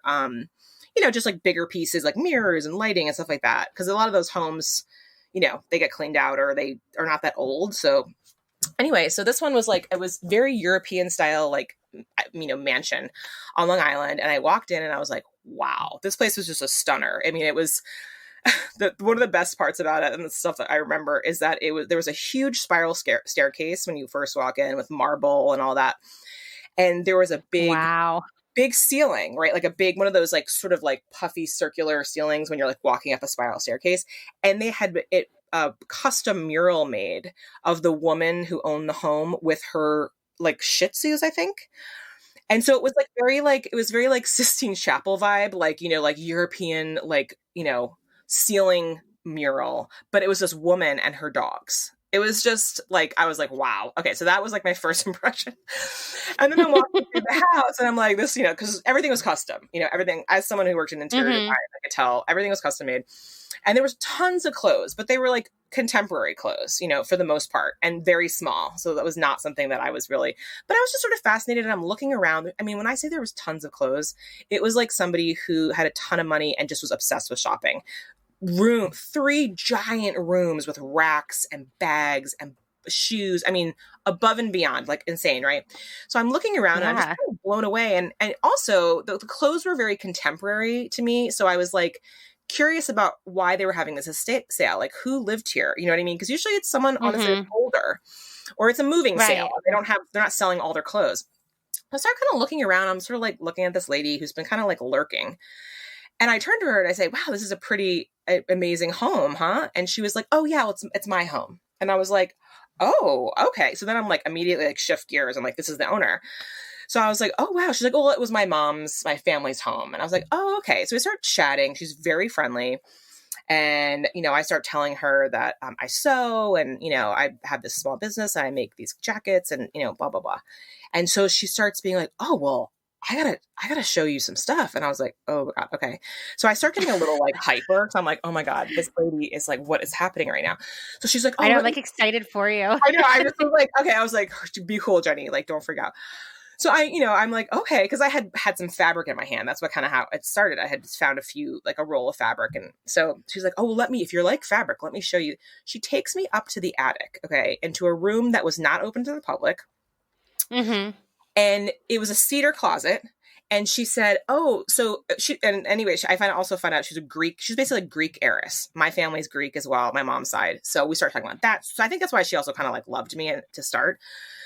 So we started bonding about that. She takes us to this this room, and it's filled with vintage fabrics. And it's kind of a mess, but it's like filled with vintage fabrics. And I was just like, oh my God, what am I going to? So I start like hyperventilating. Okay. And so she's pulling out these beautiful, everything from like 60s polyester prints that were insane to like this roll of quilted silk chartreuse colored fabric. And it was like beautifully made from Paris in a roll that had crepe paper still around it, like craft paper. So it hadn't never been touched. And I was just like, and it didn't look like it was like smelly or old, like I can always tell, like I give like my whole like one over and see and it was beautiful. And I was just like, oh my God. So I start pulling all this shit. I have a huge box of stuff. And she was just like, what about this? What about this? So I'm totally sweating at this point. I'm like freaking out. I'm like, this is like the gold mine of my life, right? I take this all down. And this is one of those sales, because it was such a huge sale, that it was run by a company. Like I think this was like American something, I forget. But they basically, you hire this company to come in and like run the sale. So they're in charge, basically. So she brings me down to the front, and she was like, I had this huge box. She tells the guy, okay, she wants to buy this. Da, da, da. I was like, okay, great. Oh, and side note, she's also like telling me how she wants to have a party at her house and have me bring all my coats, and she can sell them to all her friends. And she wants me to make her custom things. So I'm like, okay, like thinking like this lady's like my best friend. So we get down there, and I know the guy at the front because I've seen him at other sales before, and he's kind of a hard ass. And, but I was like, all right, this is my deal. So he goes and he's like, he comes into the room, and he was like, I'm waiting by my box of fabrics to get a price. He goes, come here. You got to come over here. And he pulls me to the side. I was like, oh my God, this is like such a drama. Pulled me to another room, and he was like, she wants $500 for all of it. I was like, what? Which, honestly, in retrospect, if you're going to like sell it on eBay or something and like really comb through all this stuff, measure it, make sure it's like in good shape, you might be able to get that much if you like. But I'm also like, I'm buying bulk at an estate sale. And I just kind of like, it just really threw me off. I was expecting like maybe $200, and I would have spent that on it. Right. But I was like, there's no way I can spend $500 on this like right now. I'm just like not in that place. And he was like, I know. She's giving me a hard price, and he was like playing the good guy. And I was like, it's cool. So I looked through the box, and I ended up getting like just the bangers that I like couldn't live without. I did get that silk, which I'm definitely going to make a jacket out of, but I'm waiting for someone to see it first and make sure I make the right size. But yeah, so that was kind of like a weird one that just like, it was a roller coaster, because we're like best friends. She takes me to the secret stash, and then we come down, and then I was like, because it was just too expensive. But it was fun nonetheless, I mean, like, what do you think was going on with her? I think I don't know what they did for work, but it was this, her parents, I think, must have passed away, and she was very attached. The home was beautiful. It was probably like custom built. It was a beautiful, very European style home. And I think it was probably hard for her to like let go of stuff. And that's probably why she had a team in there too, because it's like, it's a big house, there's a lot to sell, and you just need someone to like manage the crowd, they were pretty hard ass. She must have said, I need to get money from this stuff, because I saw a guy get into an actual fight over a drill, like a tool, being like, I want it for this. And he's like, no. And they're like fighting about it. And I'm like, it was like, wow. Another thing I always go back to, and this is why I didn't I didn't have $500 to spend, but I also like, if I get a weird vibe or I feel like people are being aggressive, I will immediately just leave. I just can't, I don't want that kind of energy. Totally. It's not worth it. I'm not an antiques dealer in the sense where like, I'm there mostly for sport. I do find great fabrics and stuff that I repurpose, obviously, for my business, but I'm not at that level where I'm like, you know what? There's more fabric in the world. I'm not going to like fight somebody over this, It's just not worth it. Right. But yeah, so I think Right. she must have, she was very friendly. It was weird. And she obviously didn't want to be the bad cop, She came back down and she said, oh, did you not? And I was like, well, it was a little expensive. I couldn't really afford to take it all. She's like, oh, I understand, And I was like, okay, whatever. It was fine. But, I think they were just selling this home and it was probably hard. It's very hard when it's personal, to sell things. It makes it harder to let go of it, But who knows? I have no idea what her deal was. And for her to be there is so odd. Yes, usually she shouldn't have been there. I mean, really, she should have let them, and anything that she was unsure of should have been off the table. And it's just stuff she just wants to move, and they should have done their job, and that was it.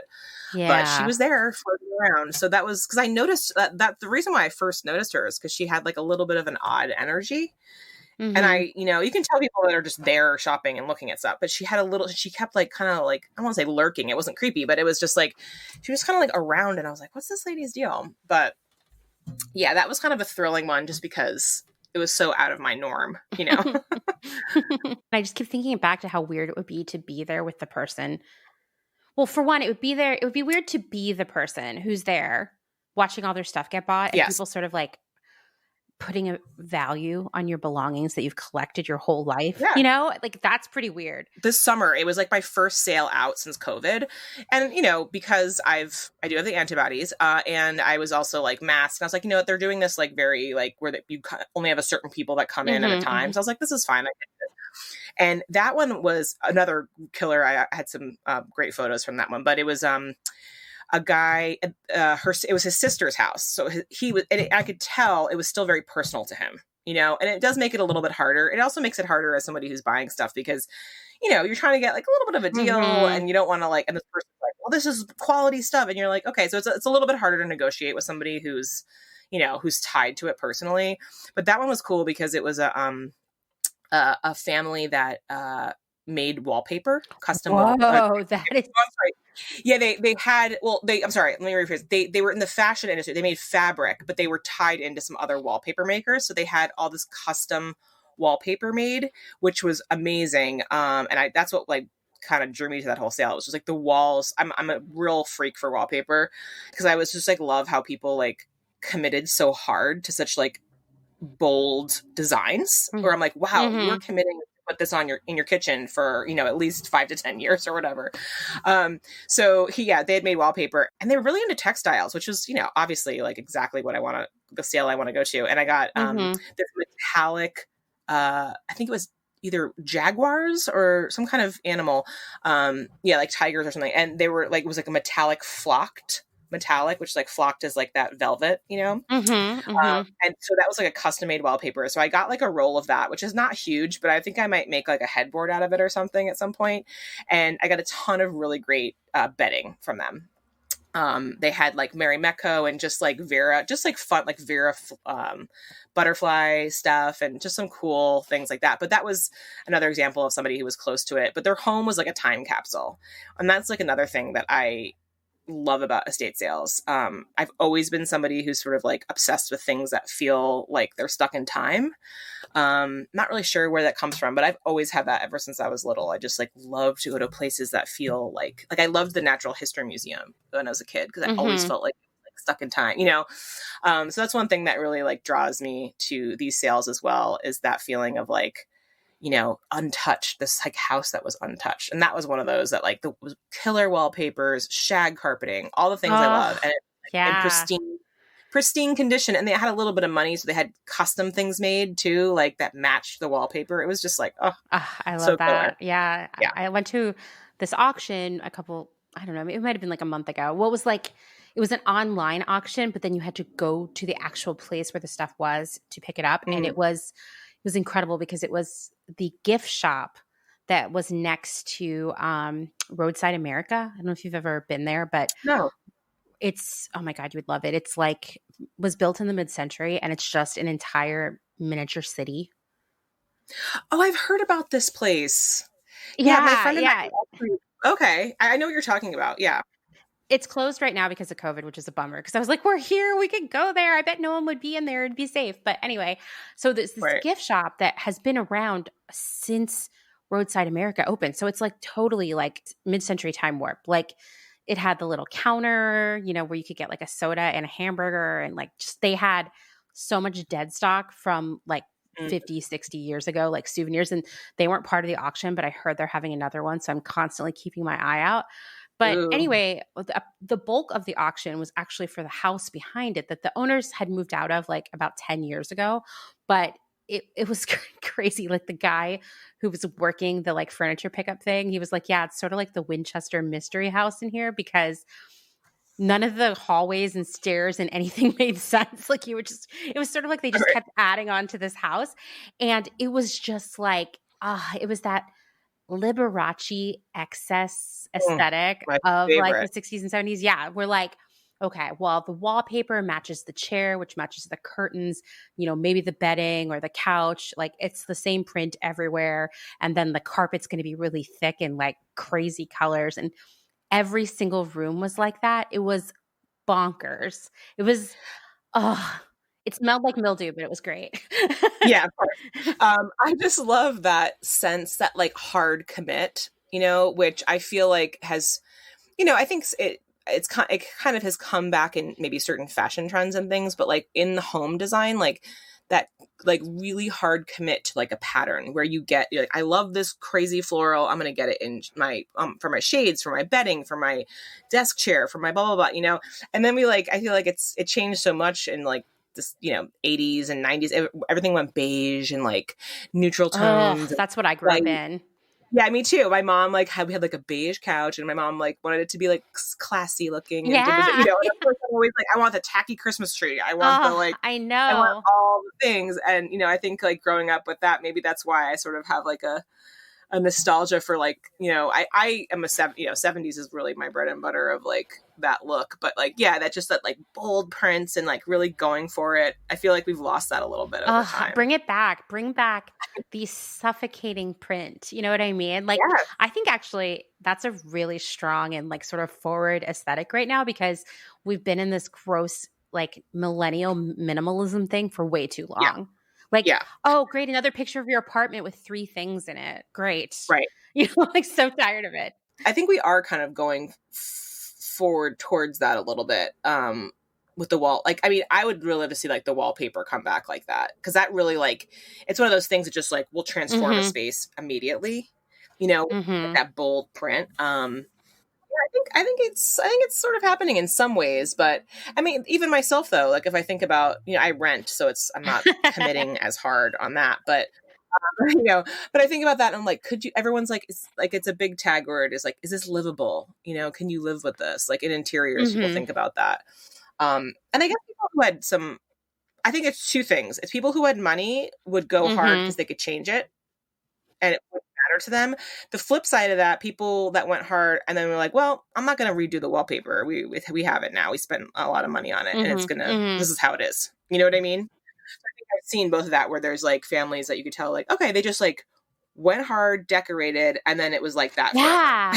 You know, which is like, I've been to a few places like that. There's a lot of that in like, if you go to an estate sale in South Philly, you'll see a lot of that too. These homes that have been, they were decorated in the 60s or 70s and like never touched again. And it's always like that incredible like maximalism aesthetic, like very Louis the 14th, and like lots of huge gold planters that maybe are shaped like swans or have fake ivory and like statues of the Venus de Milo and stuff like that. It's like incredible. It's incredible.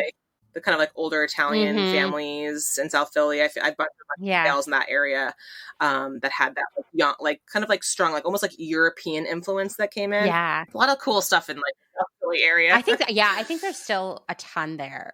Sometimes you go down some of the like deep South Philly side streets and you look at the houses and like what's in their windows. Like there's a lot of those like bay windows that are utilized as a place to show your collection of whatever it is. And you look in those and you're like, oh, that house is sick inside. I can tell, you know? Yep. It's like your seasonal dolls, you know? It's like, exactly. We have like these seasonal dolls. Like it's Halloween. We pull out the Halloween dolls and, you know, it's true. Yeah, then the Christmas scenes and you're, you know, and it's like it's kind of cool though. It's like they're little stage to like their bay window stage to like show off their collections. Yeah, I love that. When we moved back to Philly, I had like forgotten about that. Yeah. And it just brought me so much happiness to like go down these streets one by one and look in everybody's bay windows. Yeah. And I think that also like I've always been sort of like, you know, as someone who's been in like design and art my whole life or whatever, and you know, there's like there's these trends of like making everything nice and like curated and like cute. And I sort of like, it's like the like punk rock in me that's sort of like, no, let's do the opposite. And I love these like people who are like, again, the hard commit of like, I'm gonna put my seasonal dolls out. Like, I don't care about trends. I don't care about being curated, you know? And it's just like this like total opposite of that, which I find sort of like refreshing and kind of satisfying to me in some ways. I know. Yeah, me too. Well, do you have any other exciting stories? I know you do. I do. This is the sort of the last, let's save the best for last. So okay. Yeah. So this one is, I call it Poodlegate. I don't know why. It's just got like the name Poodlegate.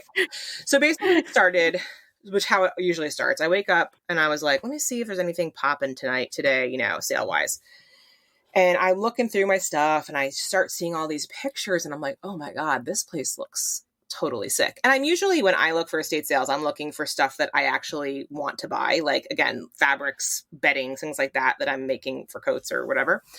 But this one was not that, but I was like so fascinated with it that I was like, wow, it was just packed full of stuff. Like, this woman collected Staffordshire dogs. Obsessed with poodles. I didn't even know the extent of it, but these pictures online, I was just like, this can't be real. I mean, I've seen a lot of shit. I was like, really like, for me to say that is kind of like a big, I was like, this looks really sick. And so I was like, you know, I'm looking at it. I'm like, well, I mean, maybe I'll go tomorrow. I don't know, whatever. And then as I'm looking at it, I start panicking and I'm like, I have to go today. I was like, I just got to get in the car and go because this is like too good to be pass up. So David was like, my partner was like, okay, let's go. So we hop in the car, we go out there, and it's a very modest looking house. Like, I was like, this is it. I was like, okay, you know, it wasn't big. It was just like a cute little brick house, whatever.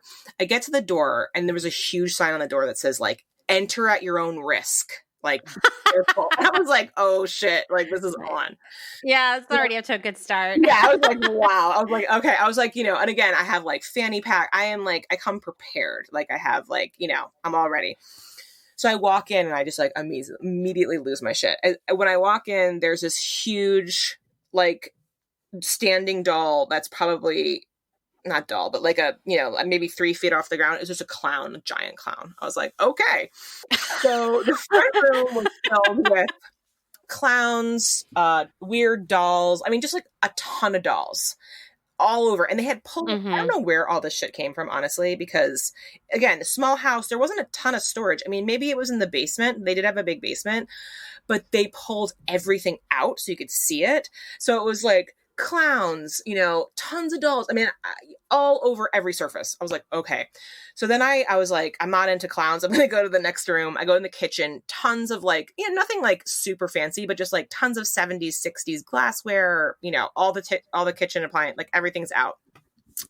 I go to the next room, which was a dining room. And that's when I really lost it because it was all Staffordshire dogs. And I mean, I'm not a Staffordshire dog collector, but they have become like kind of trendy over the past like 5 years, kind of. I feel like they kind of came back and a lot of people are like featuring that like image and things. First thing I think is like, this collection is worth a lot because they're really expensive, to be quite honest. I mean, I didn't know all the details about it because I'm not like a collector, but I started looking stuff up and I was like, wow. And I was like, maybe I should get some of these for like, I was doing some kind of prop styling stuff at the time with the company I was working with. I was like, I have this photo shoot coming up. And so I just start grabbing all the cool looking ones and I start putting them. And so this lady starts helping me. She was like, okay. She was a friend of the family, like working the sale. So this huge pile of now ceramic Staffordshire dogs. And I was like, okay, let me continue to look around the rest of the house. So I put those aside. And I'm just blown away by the sheer volume of her collection. I mean, I've honestly never seen anything like that in my entire life of like thrifting and going to these sales. So then I walk up the stairs. You walk up the stairs and there was 2 bedrooms. It was a really small upstairs. Walk up the stairs. I immediately am you see right at the top of the stairs, there's a huge bed and there is a Cabbage Patch collection again, like I've never seen in my life. Oh my God. Like honestly, it was probably like 500 Cabbage Patch Kids, maybe 400. I mean, What? in the hundreds, at least 300. Oh my God. I will tell you, Oh my God. covering a queen size bed, like piled onto the floor. I took photos of all this, and maybe we can throw some on the website if people are curious. Yes. But just piled on the floor, piles of Cabbage Patch Kids. Okay. So I was just like, holy shit. And I was like a young kid in the I was like, this kind of had this little nostalgia moment. I was like, wow. So, but then I started like talking to people. It was her sort of distant family that was running the sale. And she was like, oh yeah, she has all the birth certificates and all the paperwork. Cause I guess, they used to come with like all the information. So I was like, yeah. wow. So she was very organized, this woman as well, which is something that's like, you don't see with some of these like, these like hoarder sales where you're like just so much shit and they're just like everywhere. This woman was extremely clean, extremely organized. So that was another thing that was special about this. So it wasn't just like a bunch of shit everywhere. So that blew my mind. So then I go into the master bedroom.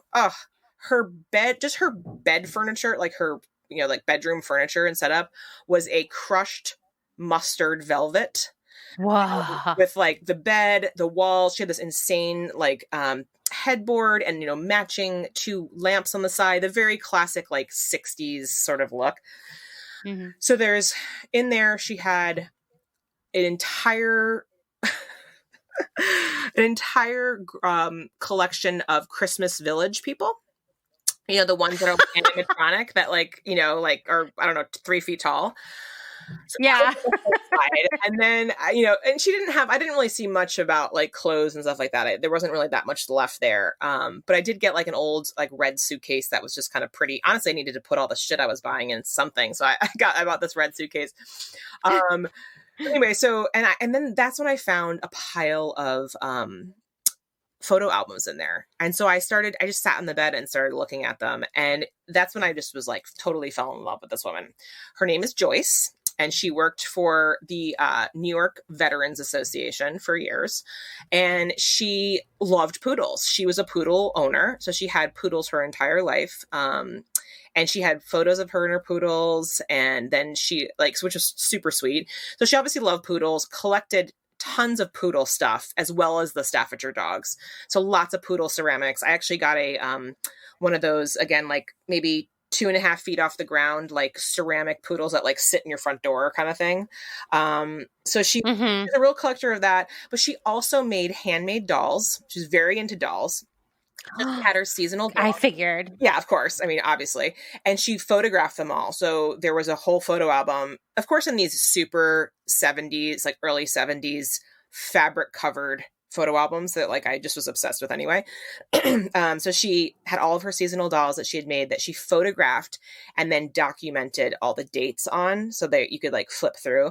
And so she had that in there. And then she also just took photographs of her like trinket displays throughout the house and also dated those, which were amazing. And so I was just like, oh my God. And I found some of the Staffordshire stuff in there, but it was mostly like dolls and stuff. So all these really cool photo albums, plus like family photos. I think she definitely had a sister that looked very similar to her. So it was very cute because it was like her and her sister with the poodles like during Christmas and stuff like that. It was just like a sweet, it was just like, I don't know, just like really warmed my heart. I was like, Joyce, I love you. I love your commitment and your organization because that's something I just totally relate to.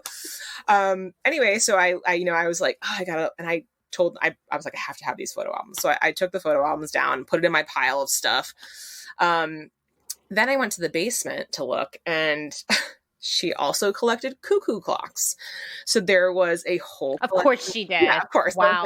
So a whole collection of cuckoo and mind you, let alone these huge collections that she had, she just had some like random stuff mixed in the mix too that was like cool and weird. You know what I mean? Like a ceramic tiger and like just like other stuff that even if the collections weren't there, it would have been kind of a fun house, like stuck in time anyway. But these collections on top were just so next level. And so I went to the basement, and actually my partner had noticed this first and he pointed it out to me. He was like, look what she did. So she basically had a huge locker in the basement, like metal filing cabinets that were filled with VHS tapes. And she must have recorded movies and TV shows off the television. And then she made her own like Dewey Decimal System of like organization for these that was incredible. It was a giant 3-ring binder. Everything was written in pencil because, like, as you did back in the day, she could, you know, if you made a mistake, you could erase it. So she had a whole catalog like this with this elaborate number system of like how she entered it in and like what category it was in, and then like how it translated to the VHS tape, which just really like, you know, it sounds so silly, like whatever, no big deal, but it was one of those things where I was like, kind of blown away. And I definitely related to this as far as like really loving organization and sort of like being so committed to like making something nice the way that you wanted it so you could like find it. And like, I don't know, there was something like really cool about that because not everybody's like that, you know? And I don't know, that really like spoke to me, that whole like just like level of hard commit to like, I'm going to do this thing and like, I'm going to make a huge system for it. I think she did a little bit of that kind of work in her career. She was apparently very successful in her career and she like made some money. And so she like, I don't know, it was just like, interesting. So yeah, so that was that. And then, you know, so I went upstairs and I was like, okay, so I like got all my stuff together. I ended up getting probably about 25 Staffordshire dogs, which some of them I gave to other people and stuff. And then I got some of the photo albums and a few other things. But it was just like such a mind blowing experience. And I ended up, so the woman, like one of the women that was there that was like working the sale was like, let me give you she was kind of being weird, honestly. I didn't know what she was getting at, but she was like, let me give you my number in case, you know, I was like, what? And I was like, all right, sure. Like, I was like, sure, I'll take your number. She's like, in case you want to come. I was like, okay, like, I don't know what you're talking about. So I left. Yeah, this is weird. Yeah. And I was just a little bit like, all right, I'll take your number, lady. Like, she was just like, well, if there's anything left or you want to come back. And I was like, is she trying to make side deals? Like, you know, on the family? And I was like, whatever. I took her number. And to be quite honest, I went home and I had like post sale, like weird feelings where I was like, I really wanted to I was like, I should have stayed longer and look. This is a weird thing when you like have an experience like this. Like it was such a like one in a lifetime kind of thing that I was like, did I miss anything? So I don't know what possessed me, but I texted this woman that week. So that was the weekend. I texted her. I said, hey, I just want to see if there's anything. I mean, is the sale still going on? Or I just wanted to go back. I don't know what was drawing me, but I had to go back. Right. And she was like, oh, so I found out she's not being creepy. She was the next door neighbor. And she was very close to this woman, Joyce. And so she was helping the family with the sale. She also took her poodles, her elderly poodles, which totally like warmed. Yeah. So she had taken her poodles when she passed away because she wanted them to like, you know, just like be in the family kind of. I was like, oh, I like almost started crying. I was like, okay. So this woman was not being creepy. She was basically just like, there's a lot of stuff here. Like, call me if you want to come back and get more. Is basically why she gave me your number. And I was like, okay. So I started talking to her and she's like, oh, we're going to have another sale this weekend. And I was like, oh my God, this was meant to be. So I called up my good friend, my friend Luke, who is an artist, and he does these amazing Christmas installations. He's kind of a Christmas freak, but he's really like a Renaissance man artist. And so he does these beautiful Christmas like extravaganza experiences in his barn outside. Wow, that's so cool. Yeah, he's very cool. I love him to death. And so I called him and I was like, dude, do you want to go back to the sale with me this weekend? I already like blown it up. People were like freaking out. You know how many DMs I got on Instagram about the sale? People were like, what the fuck? You know? So he was like, yes. So I pick him up. We go back out to the sale because I was like, there's a lot of Christmas stuff, you know, and he's a Christmas nerd. So I was like, okay, you might want to check this out. So we go back and I was like, but I'm not going to take anything, of course, like hilarious. And so I get back there. As soon as I got there, there was like this kind of like odd looking guy sort of leaving and I was like, what's that dude's deal? So I get to the front and I start talking to this lady who I had texted and I was like, hey, you remember me? She's like, oh yeah, whatever. So I asked her, all the Cabbage Patch Kids were gone. And I was like, oh my God, somebody bought all the Cabbage Patch Kids. I was like, what happened? And she was like, oh, there was a collector came in, of course, like this. And I think it was the guy that when she was like, oh, this guy. And I think it was about it's kind of like I'm like, I collects Cabbage Patch Kids. Like, whoa, okay. Yeah, I have so many questions. Yeah, it was. I know his type though. He's a dealer. He's just like I grew up with dealers around my mom, and I know it's like it's kind of like eccentric crew. You know, like who knows why they end up getting into what they get into, like specifically the niche thing. But so I was like, oh my God, you sold all the cabbage. She's like, yeah, one guy bought everything. And I was like, oh wow. Cause you think like, oh, you get a couple here, a couple there, whatever. No. Yeah. Like, I'll take the whole thing. I mean, there was, like I said, when you see the pictures, you're going to be like, oh my God. So he bought them all. And I was like, how much did he pay for that? Like, just out of curiosity. $3,500. Bought all. That's it? Because I thought you were going to say $35,000. Yeah.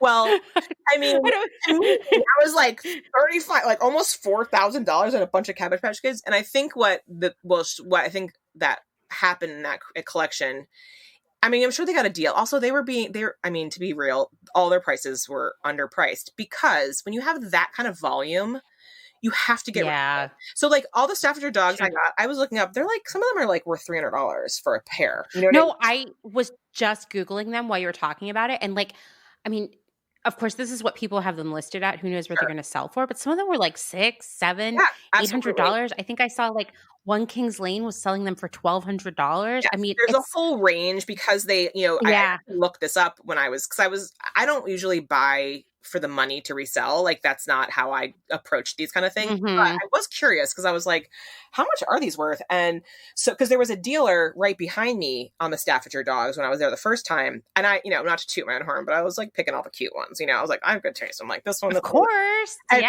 and this guy behind me was like, whatever you don't want, I'll take. Cause he was sold on eBay. I was like, okay, I got you, bro. So I like picked out my 25 and I was like, how many dogs am I going to take? I was going to give a few to a friend who I know likes them and use them for a photo shoot. But like, I was like, I need to like get real here.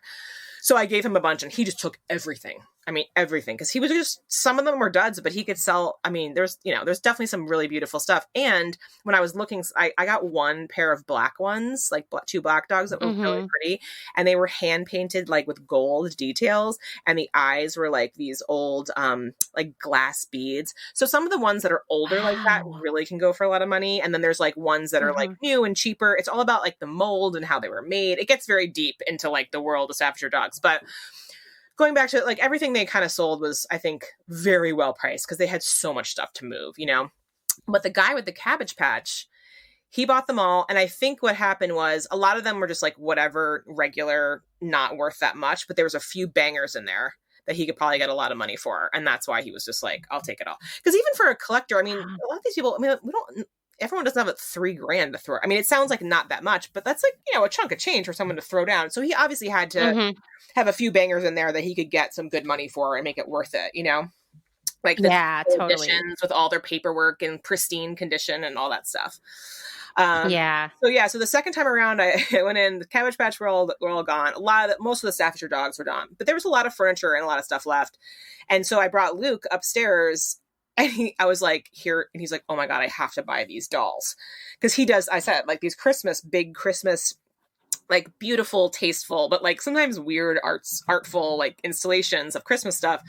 So he ended up buying, I think it was 15 or 20 of the animatronic Christmas characters that he was going to then probably make custom out. Well, I was going to probably then make custom outfits for them. We were thinking about maybe doing them like all in like white robes and go like culty with it. Anyway, so he was like, I got to buy these dolls. He's in my world of my kind of people who just like, has that thing where he's like, I have to have these dolls. I was like, okay. So we negotiated the dolls down, whatever. They gave us a deal. And I did find two of my favorite things that I got the second time around. I found a poodle, like a twin poodle. So it was like two poodle heads as a lamp, which I hadn't seen before. Ooh, that was really cool. So I bought that. Yeah. And then as we're leaving, I was really good because I was like, I'm not here to buy stuff. I did my round the first time. I just wanted to I was so hyper and crazy the first time I went that I needed to go back and just sort of like, I don't know. This just kind of goes back to my whole like why I love to do this. I felt like a real kinship with this woman and like how she collected things and how she like, I don't know, she was kind of like, it was like it's her creative outlet, and I just needed to go back and I wanted to find out a little bit more about her and like who she was a little bit. And I ended up talking to her niece and it was really sweet. And she told me a lot about her and it was just like I just feel like I needed to like, I don't know, like flush out this like weird experience I had. Anywho, and so we're walking out the door and, putting all Luke's, weird Christmas dolls in my car and there's a garage. I was like, oh Lord, help me. Oh no. I was like, okay. I was like, I'm not gonna, but I did see this painting and I had to have, she's like, it's $5, take it. I was like, okay. And it was like an oil painting of 2 poodles that she had custom made of her actual poodle. Oh, I love Yes. that. I was like, that has to come in my house. And I have it in like hanging up in my house now. And I totally love it. And I think about Joyce and like her commitment to like her poodles and her collecting and her organization. And I'm just like, I get inspired by that. I don't know. It's just like, I feel sort of like it makes me, it's exciting. And I just feel like inspired by these people and their commitment levels a little bit. So that was like my favorite to date. Sort of epic. I know that word is a lot really overused these days, but this one was epic sale. It sounds epic. I mean, I don't know how you're going to top that one.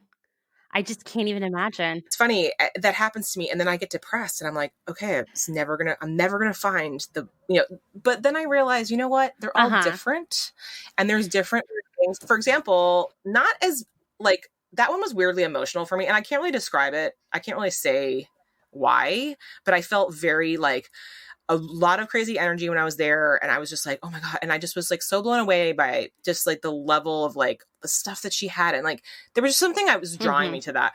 I don't always feel like that with every sale I go to. Like I went to one on the way down to the beach a couple years ago. And it was listed as the sale of a magician's home. And I was like, okay. I mean, that sounds amazing. And it was a horse. I mean, I got more stuff there that I can actually use in my, like I got fabric there. I found some clothes that I actually liked, like some stuff like that. I didn't feel the same like weird, like manic sort of connection to that house as I did Joyce's house. But the magician's home was amazing because he was a magician and also like another one that was like stuck in the 70s. And it was just like the house was kind of like time capsuled. Yeah. And he had like crazy magician stuff, like a huge one of those boxes that a woman or assistant or whoever stands in, and they can like cut them in half. Yeah. Did you buy it? No, like what the hell am I going to do with that thing? They would literally divorce me if I like. You know what? I know that if Dustin and I had gone to that one, he would have brought that home. Like, I mean, and I get it. If you had a house and you had space to like make it cool, like make it like a coffee table or something, I don't know. It's awesome. But I've also learned over the years that I have to edit. And I have to be like, just be like, okay, am I going to die without this? Like, am I going to like regret it for the rest of my life? And, and if it's big, if it's something that's a real commitment, I have to be obsessed with it. And I have, you know what I mean? Like, yeah. Another thing I've learned is I just document it now, and it makes me feel better because I don't need the magician's thing, but it was so cool that of course I documented the whole space and, have that to sort of like remember that experience. But he also collected like vintage smut, which was awesome. It was like, oh my God. Yeah. So it's like all this magician, like, all these like abracadabra magazine and like all this like weird shit. And then there was like a lot of like 70s and 80s like gag gifts, like sexy gag gifts of like, like there was one that was like a barbell for your dick. I was like, oh my God. So stuff like that. It was like so cheesy, but but it was fun. It was super fun sale. And that was like also like one that I was like, he had great like 70s towels and bedding and weird stuff. So I actually got more stuff from that like was, but I didn't feel the same kind of like manicness that I did when I was with right. It's just different. And and I'm like, I'm never going to top that. But then I do. And then I'm like, oh, not top, but I similar kind of like amazing experiences like that. It is interesting because like we've covered just so many collections in this episode already. Like, okay, so the Husky breeders. Well, wait, what did they collect other than Huskies? Oh, they collected Huskies. They were kind of like earthy, and they were teachers, and they had a ton of beautiful books. So they were more like book people. Yeah, like I could see that. Media. But yeah, and dogs. And then the Greek heiress, she just had clothes. Tons of clothes. Like, too many clothes. Yeah. And then Joyce, I mean, like Joyce had all the collections. He was a collector in truest form. Which is like, is a personality type for sure, Absolutely. And then the magician with his like gag gifts, I find that so endearing. I can't explain it. It's like it's not my aesthetic. I wouldn't have bought any of that if I was at his house at that estate sale, but like it's amusing and it points to a certain type of character that I can appreciate. Absolutely. It made it like funny. Yeah, I probably was like, I'm probably related to someone like him, you know? So Right. I could see like one of my uncles being like that. You and I were talking about this when we were preparing for the episode, like this idea of collecting. And one thing that you do see when you go to these estate sales or these auctions is like, you see a person's entire life's work of collecting right in front of you. And it's both Yeah. sad, but then like in the case of Joyce, it's like beautiful, you know? Mm-hmm. I think it's so fascinating. Yeah, for me, it feels like, and I'm pretty serious about this, and I don't, like I said earlier, I don't like a competitive vibe at these sales, right? I just feel like, Mm-mm. just like freaks me out. I do take this very seriously, where I feel like people need to be respectful in someone's like home and be like, this is someone's home and this is someone's life. And in a weird Mhm. way, I do feel like, I mean, I know it's just a silly old estate sale, but I do feel like honored to be able to go into someone's space and intimately look at all the things that were left behind and like this story that they left behind of like who they were. You know? Yeah. And it's really, I like, know. it's just like, there's something like really special about that. And feels like spiritual to me in a weird way. I know it's like a little like intense, but like, I don't know. It's just sort of like, it really can be very beautiful, and I do feel like it's my job as somebody who like loves and honors those older, like just like old objects and like culture and, collections and people's like just obsessions. I feel like I sort of like have this obligation to sort of like take some of these things and pass them on to other people who I know will love them. I do that all the time. Like, Mhm. oh my God, my friend's going to love that. Or like bringing Luke back to Mhm. have him be like, oh, I'm going to love those Christmas dolls or whatever. And I think that there is something like that feels really satisfying to me to be able to like see this stuff, honor it, and help it like kind of live on in a little bit of a weird way. Yeah, no, I mean, because we're looking at someone's sort of like life work, you Yeah. know? Yep. And I don't know, like the auction where like at the gift shop that we went to, Yeah. the woman was actually there, who was part owner, she and her husband of the gift shop. And there was this whole case of all of these dollhouse furniture and accessories. And they weren't for sale at that moment, but she saw me looking at it and we started talking for a long time. Like her mother was actually the one who'd gotten into it and they'd given her a special corner in the store. Some of that stuff had been in there for like 40 years. And then it transitioned into how much we loved raccoons and like stories about raccoons. And then she was like, come and meet my cats. And I went and met her cats. Yeah. I got to hear the whole story of the cats and how they came into her life. And then they got a dog, but the cats aren't allowed in the house. That's why all the furniture was so nice. But they're using the proceeds from the auction to build a catio for the cats. She was so delighted about it. Anyway, it was just like, I can't explain it, but like my favorite part of that, yes, we got some really cool stuff at that auction, Right. was like hearing the stories around all of the stuff and the memories. And like, it's like now I feel like I got to take on some of her memories and carry them around for her, and spread them to other people. And I'm like going to tear up, but I think especially because I hadn't really talked to anyone who wasn't my husband in a really long time. So Yeah. it was like, it feels very human. You're in this space. Yeah. Someone's stuff. There's oftentimes, sometimes can be a death involved or someone getting older or like, there is some of that element to some of these sales. And so there is kind of an emotional element to it. And you're right when you say like, you feel like you're sort of like in some small way, like holding on to helping them like keep alive these little memories of like the things that were important to them in their life. I even like, I know this sounds a little bit creepy, but like I even like with permission ask to take a photo or like buy whatever album of the person that lived there. And so I have a collection of like some of the, like my favorite sales, like the Husky breeder. And I just have this like collection of them and it helps me remember, the sale and who they were a little bit. And like, I don't know, I just find that sort of like comforting. And especially as like somebody myself who doesn't have kids and most likely will not have kids in my life. Like as you get older, you're like, okay, what happens to like all my shit when I get older? And, right, and then right. it's all stuff. You can't take it with you. It's just stuff that you're going to leave behind. And at the end of the day, it is all stuff, but there is like memories attached to things. And I think there's something that's sort of comforting to me to know that like, like these Husky breeders who didn't have kids and, anyone that was connected with them probably came to the house and took any personal items, but there's something nice and sort of comforting to know that like they made a weird impression on me a little bit and I'll carry that with me now, and it's like this little memory that kind of keeps alive in a weird way. Yeah. Yeah, I think it's really beautiful. I mean, I think, some people buy secondhand or love thrifting or whatever because it's cheap. It's like a bargain. Right.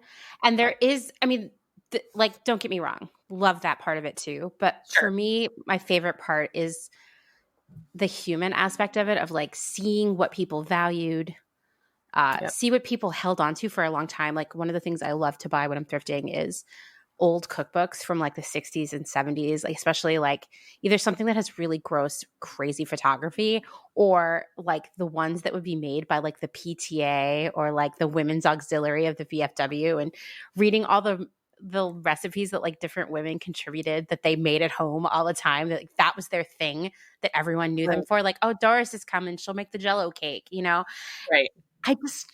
I just love like the stories that my brain can create. I think it's really inspiring. Yes. I also just like love people. Like, yeah, sometimes I'm like, God, I just hate people. Would they stop going out for brunch and spreading COVID? But like, in the grand scheme of things, I'm obsessed with humans and their stories and the things that they do. Yeah, me too. And that's, I mean, the cookbooks I used to collect cookbooks as well. And I love seeing the ones that are, the community of like the sewing circle that made their cookbook. Yeah, and it really is it is like storytelling. I mean, I also, like I've said to you before too, it's like I love, even on the clothing tip, like I always go for the thing that was handmade by somebody. Mm-hmm. It wasn't like a store thing. Those are the ones that I'm like, ooh, somebody made this weird patchwork skirt. Because it is kind of like part of their history and their life. And I just find that a lot more interesting. And I do love a deal too. Don't get me wrong. Yeah. And it's also recycling. I mean, that's something I didn't realize until I got older, is that like there's so much stuff in the world already. And a lot of times it's perfectly good stuff. And sometimes, I mean, there's certain things that you need to buy new. I get it.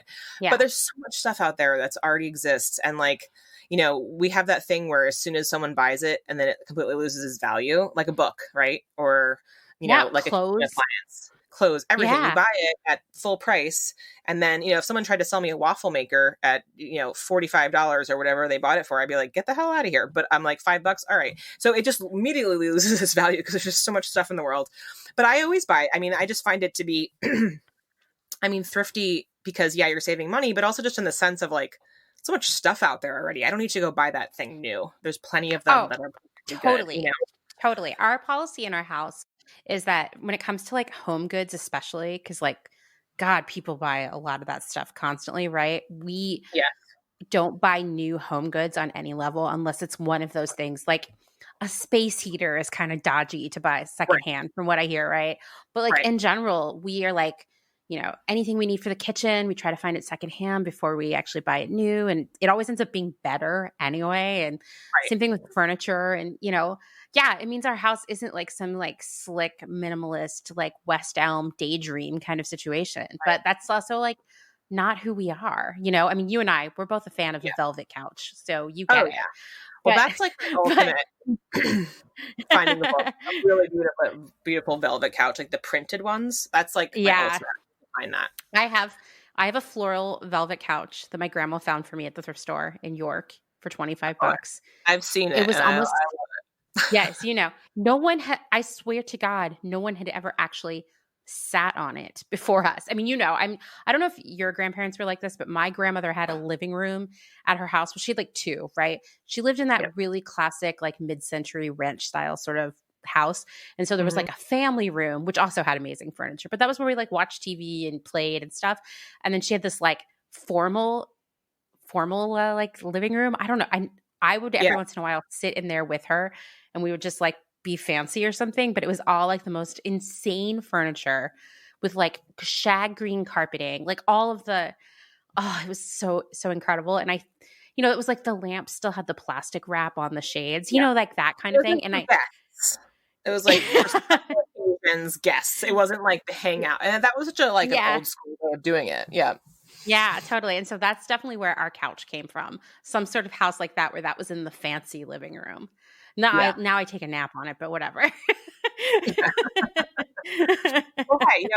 a big believer too. And like, I'm sort of anti that where I'm like, if I'm going to buy it, I'm going to use it. You know what I mean? Like, I don't want to do this. Like, oh, I can't touch that. It's too precious. Like, I'm like, That's like a silly. Sometimes I break vintage glasses and I'm like, you know what? It's okay. It lived a long life and it's broken now and I have to get over it, you know? When you're a kid, like you don't really have that much stuff. So everything is pretty precious to you.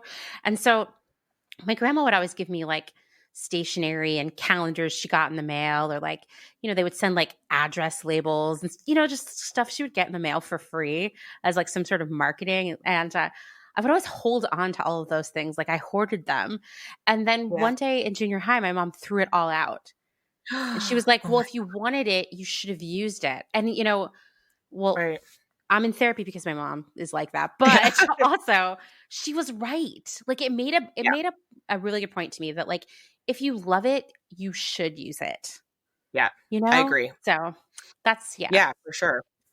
I mean, I definitely, I feel like it's silly to have things like just sitting on a shelf and, that's kind of defeats the purpose. But I remember when my grandmother passed away, I was very close to her, and not that she had like such amazing collections or anything like that, but I just remember as a kid, whenever we were at my grandmother's house, I was safe. Like I had a lot of family stuff going on and I just knew I was like safe there. It was like a place that I would like explore. I would just like go through her bathroom and like look through her makeup, and like it was very exciting for me. And so when she passed away, which was devastating, I think I was like 13 or 12-ish. Her three daughters, which was my mom and my two aunts, who had not had a great relationship. It was a nightmare. The dealing with the house, and everybody was yelling and screaming, and I was sent outside on the lawn because it was just like such a nightmare. And I was so sad because nobody let me look through her stuff because they were just so crazy and fighting, and like there was like, gotta get out of here. And I had dreams about that for years, and maybe that's part of why I love doing this. But I was like, oh, I finally get to go through like just her like her drawer of scarves, or like her, makeup drawer, or like little things like her perfume stuff, like nothing of value. It wasn't like that, but I just wanted to like go through and like take a few of this, like the magical memento things that I felt. And I never got to do that. And I was so devastated. And I still talk about, obviously I'm a grown woman now and I still talk about it, but I used to dream about it for years, that I would go through and be able to go through all her stuff in the basement and just like have that moment. And so maybe I'm getting out a little bit of that. I was obviously like drawn to that kind of meditative behavior, because I've talked to other people and read a few, not a ton of articles online, but there's been a few about like how this idea of like kind of thrifting and looking through people's stuff is extremely meditative for people, because you kind of like zone out. And it's definitely for me, and I don't even think about, I'll be there, I'll lose track of time and be like, oh my God, I've been in this house for 2 hours. Like, how is that even possible? So you kind of like, it's this like weird sense of like meditating in a weird way too, I think. That's so interesting. I can see that. I do find like thrifting, yard sailing to be very cathartic beyond the like, I'm buying the thrill of the hunt. It just feels nice. It does. It's like kind of like weirdly relaxing or something. Yeah, I don't know. I'm not a psychologist, but I definitely know I've had other people talk about that. It's that sense of, it's like similar when people talk about like, I start knitting, or, that meditate, like that, like that thing that you do that you just kind of can zone out. And like the world doesn't exist for like a little bit, and there's definitely that kind of feeling for me as well. Yeah. I like that. So you said that you thought you not tips for estate selling, but maybe some just like etiquette perhaps. Yeah, I think that, when you go to any estate sale, any kind of yard sale, garage sale, any of those kind of things, always bring cash. I was going to ask, I was wondering if you could pay with a card. Some people do like Venmo now. I have been to sales recently where they'll be like, have their Venmo big, so you can just Venmo them and they'll just be like, yep, got it. But I would just always bring cash. I'm a big advocate of just like being respectful. Don't be weird. Don't be like, I know everyone wants a great deal. Everybody wants to get the thing that they're looking for. But, this is someone's home, especially someone's family. If it's their family there, it's like, I would just, that's little advice for me. And if you're really hardcore, you're going to want to get there early. I've been to sales where I get there early, but like, again, I'm not looking for like furniture and that kind of stuff, but there'll be a guy who's a furniture dealer who will show up, probably before it even starts, which is kind of a no-no unless you have permission. And he'll just come up with a truck and just take everything in the house. So that's, if you're, depending on how hardcore you want to roll with it, I would definitely try to get there on the early side. If you're doing it for fun, don't worry about it. But, and bring your own bags. I think that's a good idea too. And also just like a little side note, like people are always like, I have friends who see my posts of all the sales I've been to and been like, oh my God, these are amazing. Like, I want to come with you. And I'm like, okay. And I brought a few people. Most of the time it's fine, but like, it's not always pretty. So, the reality is like, if you're squeamish or if you don't like, icky, whatever, it's probably not for you. Cause it is one of those things like, you're looking through homes. Sometimes they are elderly people that like couldn't keep up with it at the end or, or haven't had a hard time. And so sometimes it's a little gross. You can find like, okay, I'm not like digging through, like if I usually, now I'm really good at it. So I can sort of be like, oh, I've walked into homes before. I'm like, nope. And walked right out. Cause it's just like too gross or too weird or whatever vibe. But yeah, it's definitely like, it gets real. So prepare yourself for that. If you're someone who doesn't like that, you might want to go to a vintage store. It's curated for you. Yeah. It's cleaned. It's easier, and that's why you're going to spend a little more on it for it, Yeah. So it just depends on the kind of experience. People always say that, like, with vintage sellers, where I'm like, you know what? Like, oh my God, this is so overpriced. And I'm like, well, you know what? Someone had to go to whatever, whether a thrift store or a rag house, like a sale, find the thing, oftentimes clean it if it needed to be, like figure out what it was. There's a lot of time and effort for that. And you're paying for someone to do that for you versus Absolutely. Yeah. That is what you're paying for. The service. Yeah, and that's a value. Besides the thing, whatever, the sweater, the pair of shoes, whatever, you're paying a service for someone to go find the thing for you, bring it to you in a great condition, and identify it if that's the case, know what it is, and be like, hey, here's this beautiful thing you can buy for me. You don't have to do anything except for just like come to my store or find it on eBay or whatever, There is a value in that. I get like annoyed and people are like, why is it so expensive? I could find this for $3. I'm like, yeah, then go find it. Yeah, good fucking luck. Okay. You're going to go to like 37 thrift stores. Have fun. Right. And there's also a lot of duds. That's another thing I'll say. I mean, I've highlighted and shown great photos and stuff of like all the banger sales I've been to, but there's a lot of dud sales or just like regular sales where it's just like a regular house with the beige couch and, and the simple stuff. And it's like not a big deal. And it's like, okay. And, sometimes I find practical things like a waffle maker there or whatever, but, but they're not all going to be like that. So to find the special ones, I feel like it just takes a lot of time and a lot of just numbers of going to a lot of these sales. Totally. And I would say if you are the kind of person like me who's really sensitive to dust, bring a bunch of tissues. Yeah, or also, well, now everyone's wearing masks anyway, but I also sometimes have just worn, I get very sensitive to dust too. I sometimes will wear a little mask if I'm really digging through a box of old clothes or something. Yeah, that's a really good idea. It's definitely dusty. I've been to some that are kind of mildewy. It's just old houses, Right. That's what it is. I do the smell test on like fabrics and stuff because I know now I have a very sharp sense of very good sense of smell, like a good palate. So I can like if something's off, I can always like taste it or smell it. But I do I can smell a fabric now where I'm like, you know what, this might have a touch of that like smell, but I know that I can get it out. I never take stuff that's like really gross. Like, I have limits of like, of course, being like, this is like a nice thing that I'm going to want to preserve. And if it can be preserved, I take it. But there's definitely stuff I've sad that I'm like, oh, this is killing me right now that I have to leave this box of amazing fabric because it's just too bad. It's too far gone, which happens. And that's really sad. Yeah, totally. It does happen a lot. I mean, it's just old houses. They're leaky. Things are stuffed in the basement, the attic. Absolutely. I get it. Yeah. I will also just say, like, don't be an asshole. Like, if you're super type A and competitive, could I invite you to perhaps go very early in the morning so the rest of us don't have to deal with you? Because that gives me anxiety when I'm trying to just be in the zone and enjoy my surroundings and someone's like pushing me and rushing around and being crazy. It's just like unnecessary. And I hate to say this, and I mean, but I've been to a lot of sales. Again, I grew up with a like a mom who, is a dealer, and dealers is a whole other world that's very intense. And one of the reasons why I did not want to do that, but it's a lot of times like women like myself that I see that are like that, and I like myself in the sense of like it's kind of like my age group, like and I'm sort of like, you know what, like. Listen, and that's another reason why I didn't want to get into like vintage selling, just like straight up selling clothes and stuff because it's very competitive. I don't love that vibe. I wish it didn't have to be like that. because I do love fashion. I love, finding beautiful things, but I don't really participate in that kind of stuff. And it doesn't happen all the time. It's here and there. But yeah, it always bums me out when I see somebody like that where I'm like, oh, I know. Yeah, I know. I've gone to a couple things like that where I'm just like, come on. I don't know. It's also like when someone's being really obnoxious at the thrift store, I get really bummed out too because I sort of enjoy the piece of it. And so if someone's like pushing me or like having a really loud phone conversation or just behaving badly, I'm like, no, stop. Come on. This is like my moment of like zen, I kind of like compare it to, which sounds like insane, but I'm like, I'm going to church. It's like my church. It's like my place to like not think.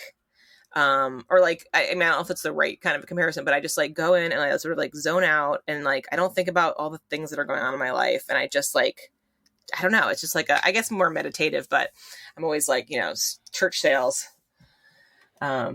It's just like,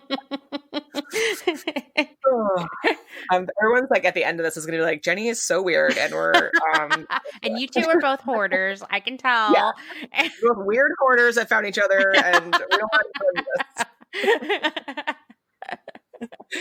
Well, thank you so much for taking the time to sit down and talk to me about this. I feel like this is going to be some new information for people. Yeah, I hope so. I hope it gets the word out, on the vibe out in the scene. Yeah. Yeah. And I just wanted to add that like here in Pennsylvania, it's like, I don't know why. It's a lot less estate sales and it's more of these auctions. It's kind of similar. It's a little bit more fast paced, because you got to like get up there and it kind of stresses me out because I'm used to being able to like hem and haw about something before I buy it. Right. And I can't, but that is a little stressful. It is a little stressful. You gotta make a quick decision. Yeah. Yeah. So, but man, you see some really incredible stuff and the people watching is amazing. I'm sure. I'm very curious about this whole scene. Yes. Well, we're already planning that Jenny's going to come down here hopefully in January after the holidays because all the auctions are kind of on hiatus right now. And we will get to go. Most of these are actually outdoors. You got to like bundle up and the JCs are there like selling cocoa and stuff so you can stay alive. The other thing we learned is that you're supposed to bring your own lawn chair and we didn't know that. And we don't even have lawn chairs. So we have to stand and I got to work on that. Okay. That is like, you feel so awkward standing while everyone else is sitting. Yeah, and if you're there for like a long haul. Yeah. I mean, the last one we went to was like, you gotta bring chairs. I mean, these things, you could be there for 8 hours.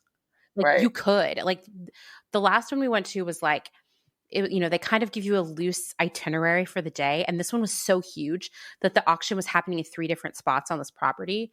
And it would be like, okay, at 7:00, Carl's going to start auctioning off all the tools. And at 8, we're going to get, Clarice up here and she's going to do all the home goods. And then, 10 a.m. we're going to start doing the furniture. And it just like went on. And there was like Christmas decorations and so they categorize it for you. Yeah. Kind of, oh, that's good. Okay. I mean, makes it easier. They were literally auctioning off NASCAR stuff for 2 hours. Wow. And like not interesting product to me at all, but like so fascinating to watch the people who were there for that. So do you have to sit through the whole thing or do they have a schedule where if you wanted to just hit up the housewares or something, you could go at a certain time? Yeah. You can, that's what you can do. There was a weird thing going on where between like the end of the home goods and then like there was that NASCAR window, but after the NASCAR window was going to be furniture and we thought we wanted furniture. But after 2 hours of NASCAR, we were like, we don't need any of this furniture. Like, let's go. Because this is going to go on for like 6 more hours. We could tell. And it was cold, It was like really cold outside. So we left, but not for the faint of heart. I'm telling you. It's a long haul. You gotta bring snacks. You gotta be prepared. You gotta bring, you gotta wear long underwear, I guess. Yeah. Hey, I'll do it. I mean, I'm not, I'm hard to stock, but. Well, anyway, thank you so much, Jenny. I'm sure you'll be back again to talk about something else. Yeah, you and I can gab about it for a minute, so I'll definitely be back.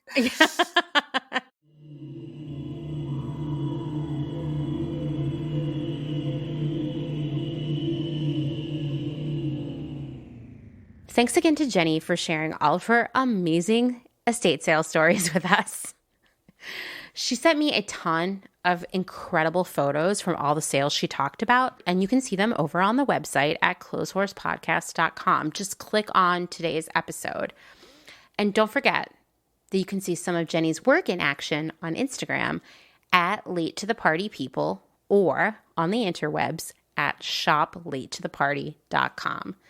I actually bought a jacket from her earlier this year, and it's made of fabric that she got at the Magician's estate sale. You know, the smutty magician. It feels cool to say that out loud. Like, I just love clothes with a story. So go check out what Jenny has, okay? Also, I have some big plans for Clotheshorse in the works for 2021. And one of them is an official Clotheshorse blog. Blog. That's such a weird word. Meg of Scavenger Vintage reached out to me to talk about the complete lack of like cool, inspiring, yet accessible style blogs out there, especially one that is also sustainability and social justice minded. It just doesn't exist. All of the most iconic style blogs over the last few years have been filled with super expensive clothing, with content written by people who were just like completely out of touch. And let's be honest, for decades, fashion has only been interested in dressing a certain type of person. Like, they'll take your money, but they're not going to put you in any of their marketing, you know? Fashion told us that being poor was bad and being fat was unacceptable, and there were very specific gender roles that we had to adhere to, but they would every few years make it totally okay to dress androgynously for a few months, but only until the trend ended. Then you had to get back into your assigned gender role, right? Fashion was practically a megaphone for racist norms about skin color, hair, lifestyle, who gets to be a model and who's not, what's beautiful. Fashion said that there were age guardrails around certain trends and garments. Like, fashion said growing older was a bummer. Fashion tricked us into wanting to buy things that weren't practical at all, like short sleeve puffer coats and open-toed suede boots and pre-shredded tights, things that we would buy and then instantly not be able to use. So yeah, I guess I hate fashion. It's time to reject the idea of fashion, this like industry, this like wasteful juggernaut, this just like poisonous fruit that's being sold to us every day. Instead, I want us to focus on style. Style is the personal creative expression of who you are and how you're feeling. Style welcomes everyone of all sizes, shapes, ages, genders, races, and incomes. Style says do whatever you want and wear what makes you feel good. Style knows that taste is just a classist construct. Style has no gatekeepers telling us what we need to buy and when. Style is a life well lived because you feel like your best self and you know that there is nothing wrong and everything right about who you are. That's what the Clotheshorse blog will aim to do, to talk about style, to be an accessible source of inspiration and information. It's really important to me that we have a diverse array of contributors, models, faces, and content. I want to feature all the people who fashion has always ignored. So if you're interested in contributing, helping out, or you just have some great ideas, drop me a line at clotheshorsepodcast@gmail.com or DM me on Instagram at clotheshorsepodcast. I'm going to create I think a Google form this week so I can get everybody's info in one place. And then Meg and I are going to have a major strategy session next week, and then we can figure out what happens next and loop you in. But I'm really excited about it, and I'm really grateful that Meg reached out to me about it. So stay tuned. Thanks for listening to another episode of Clotheshorse. If you like what you're hearing, say it along with me. Please rate and review on Apple Podcasts. And of course, tell your friends. Don't forget, if you leave a review this month, I'll send you an Anti-Brunch Society pin and membership card.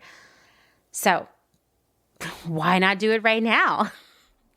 And don't forget, it's really important. We might be against brunch around here, but breakfast for dinner is still the best meal of all.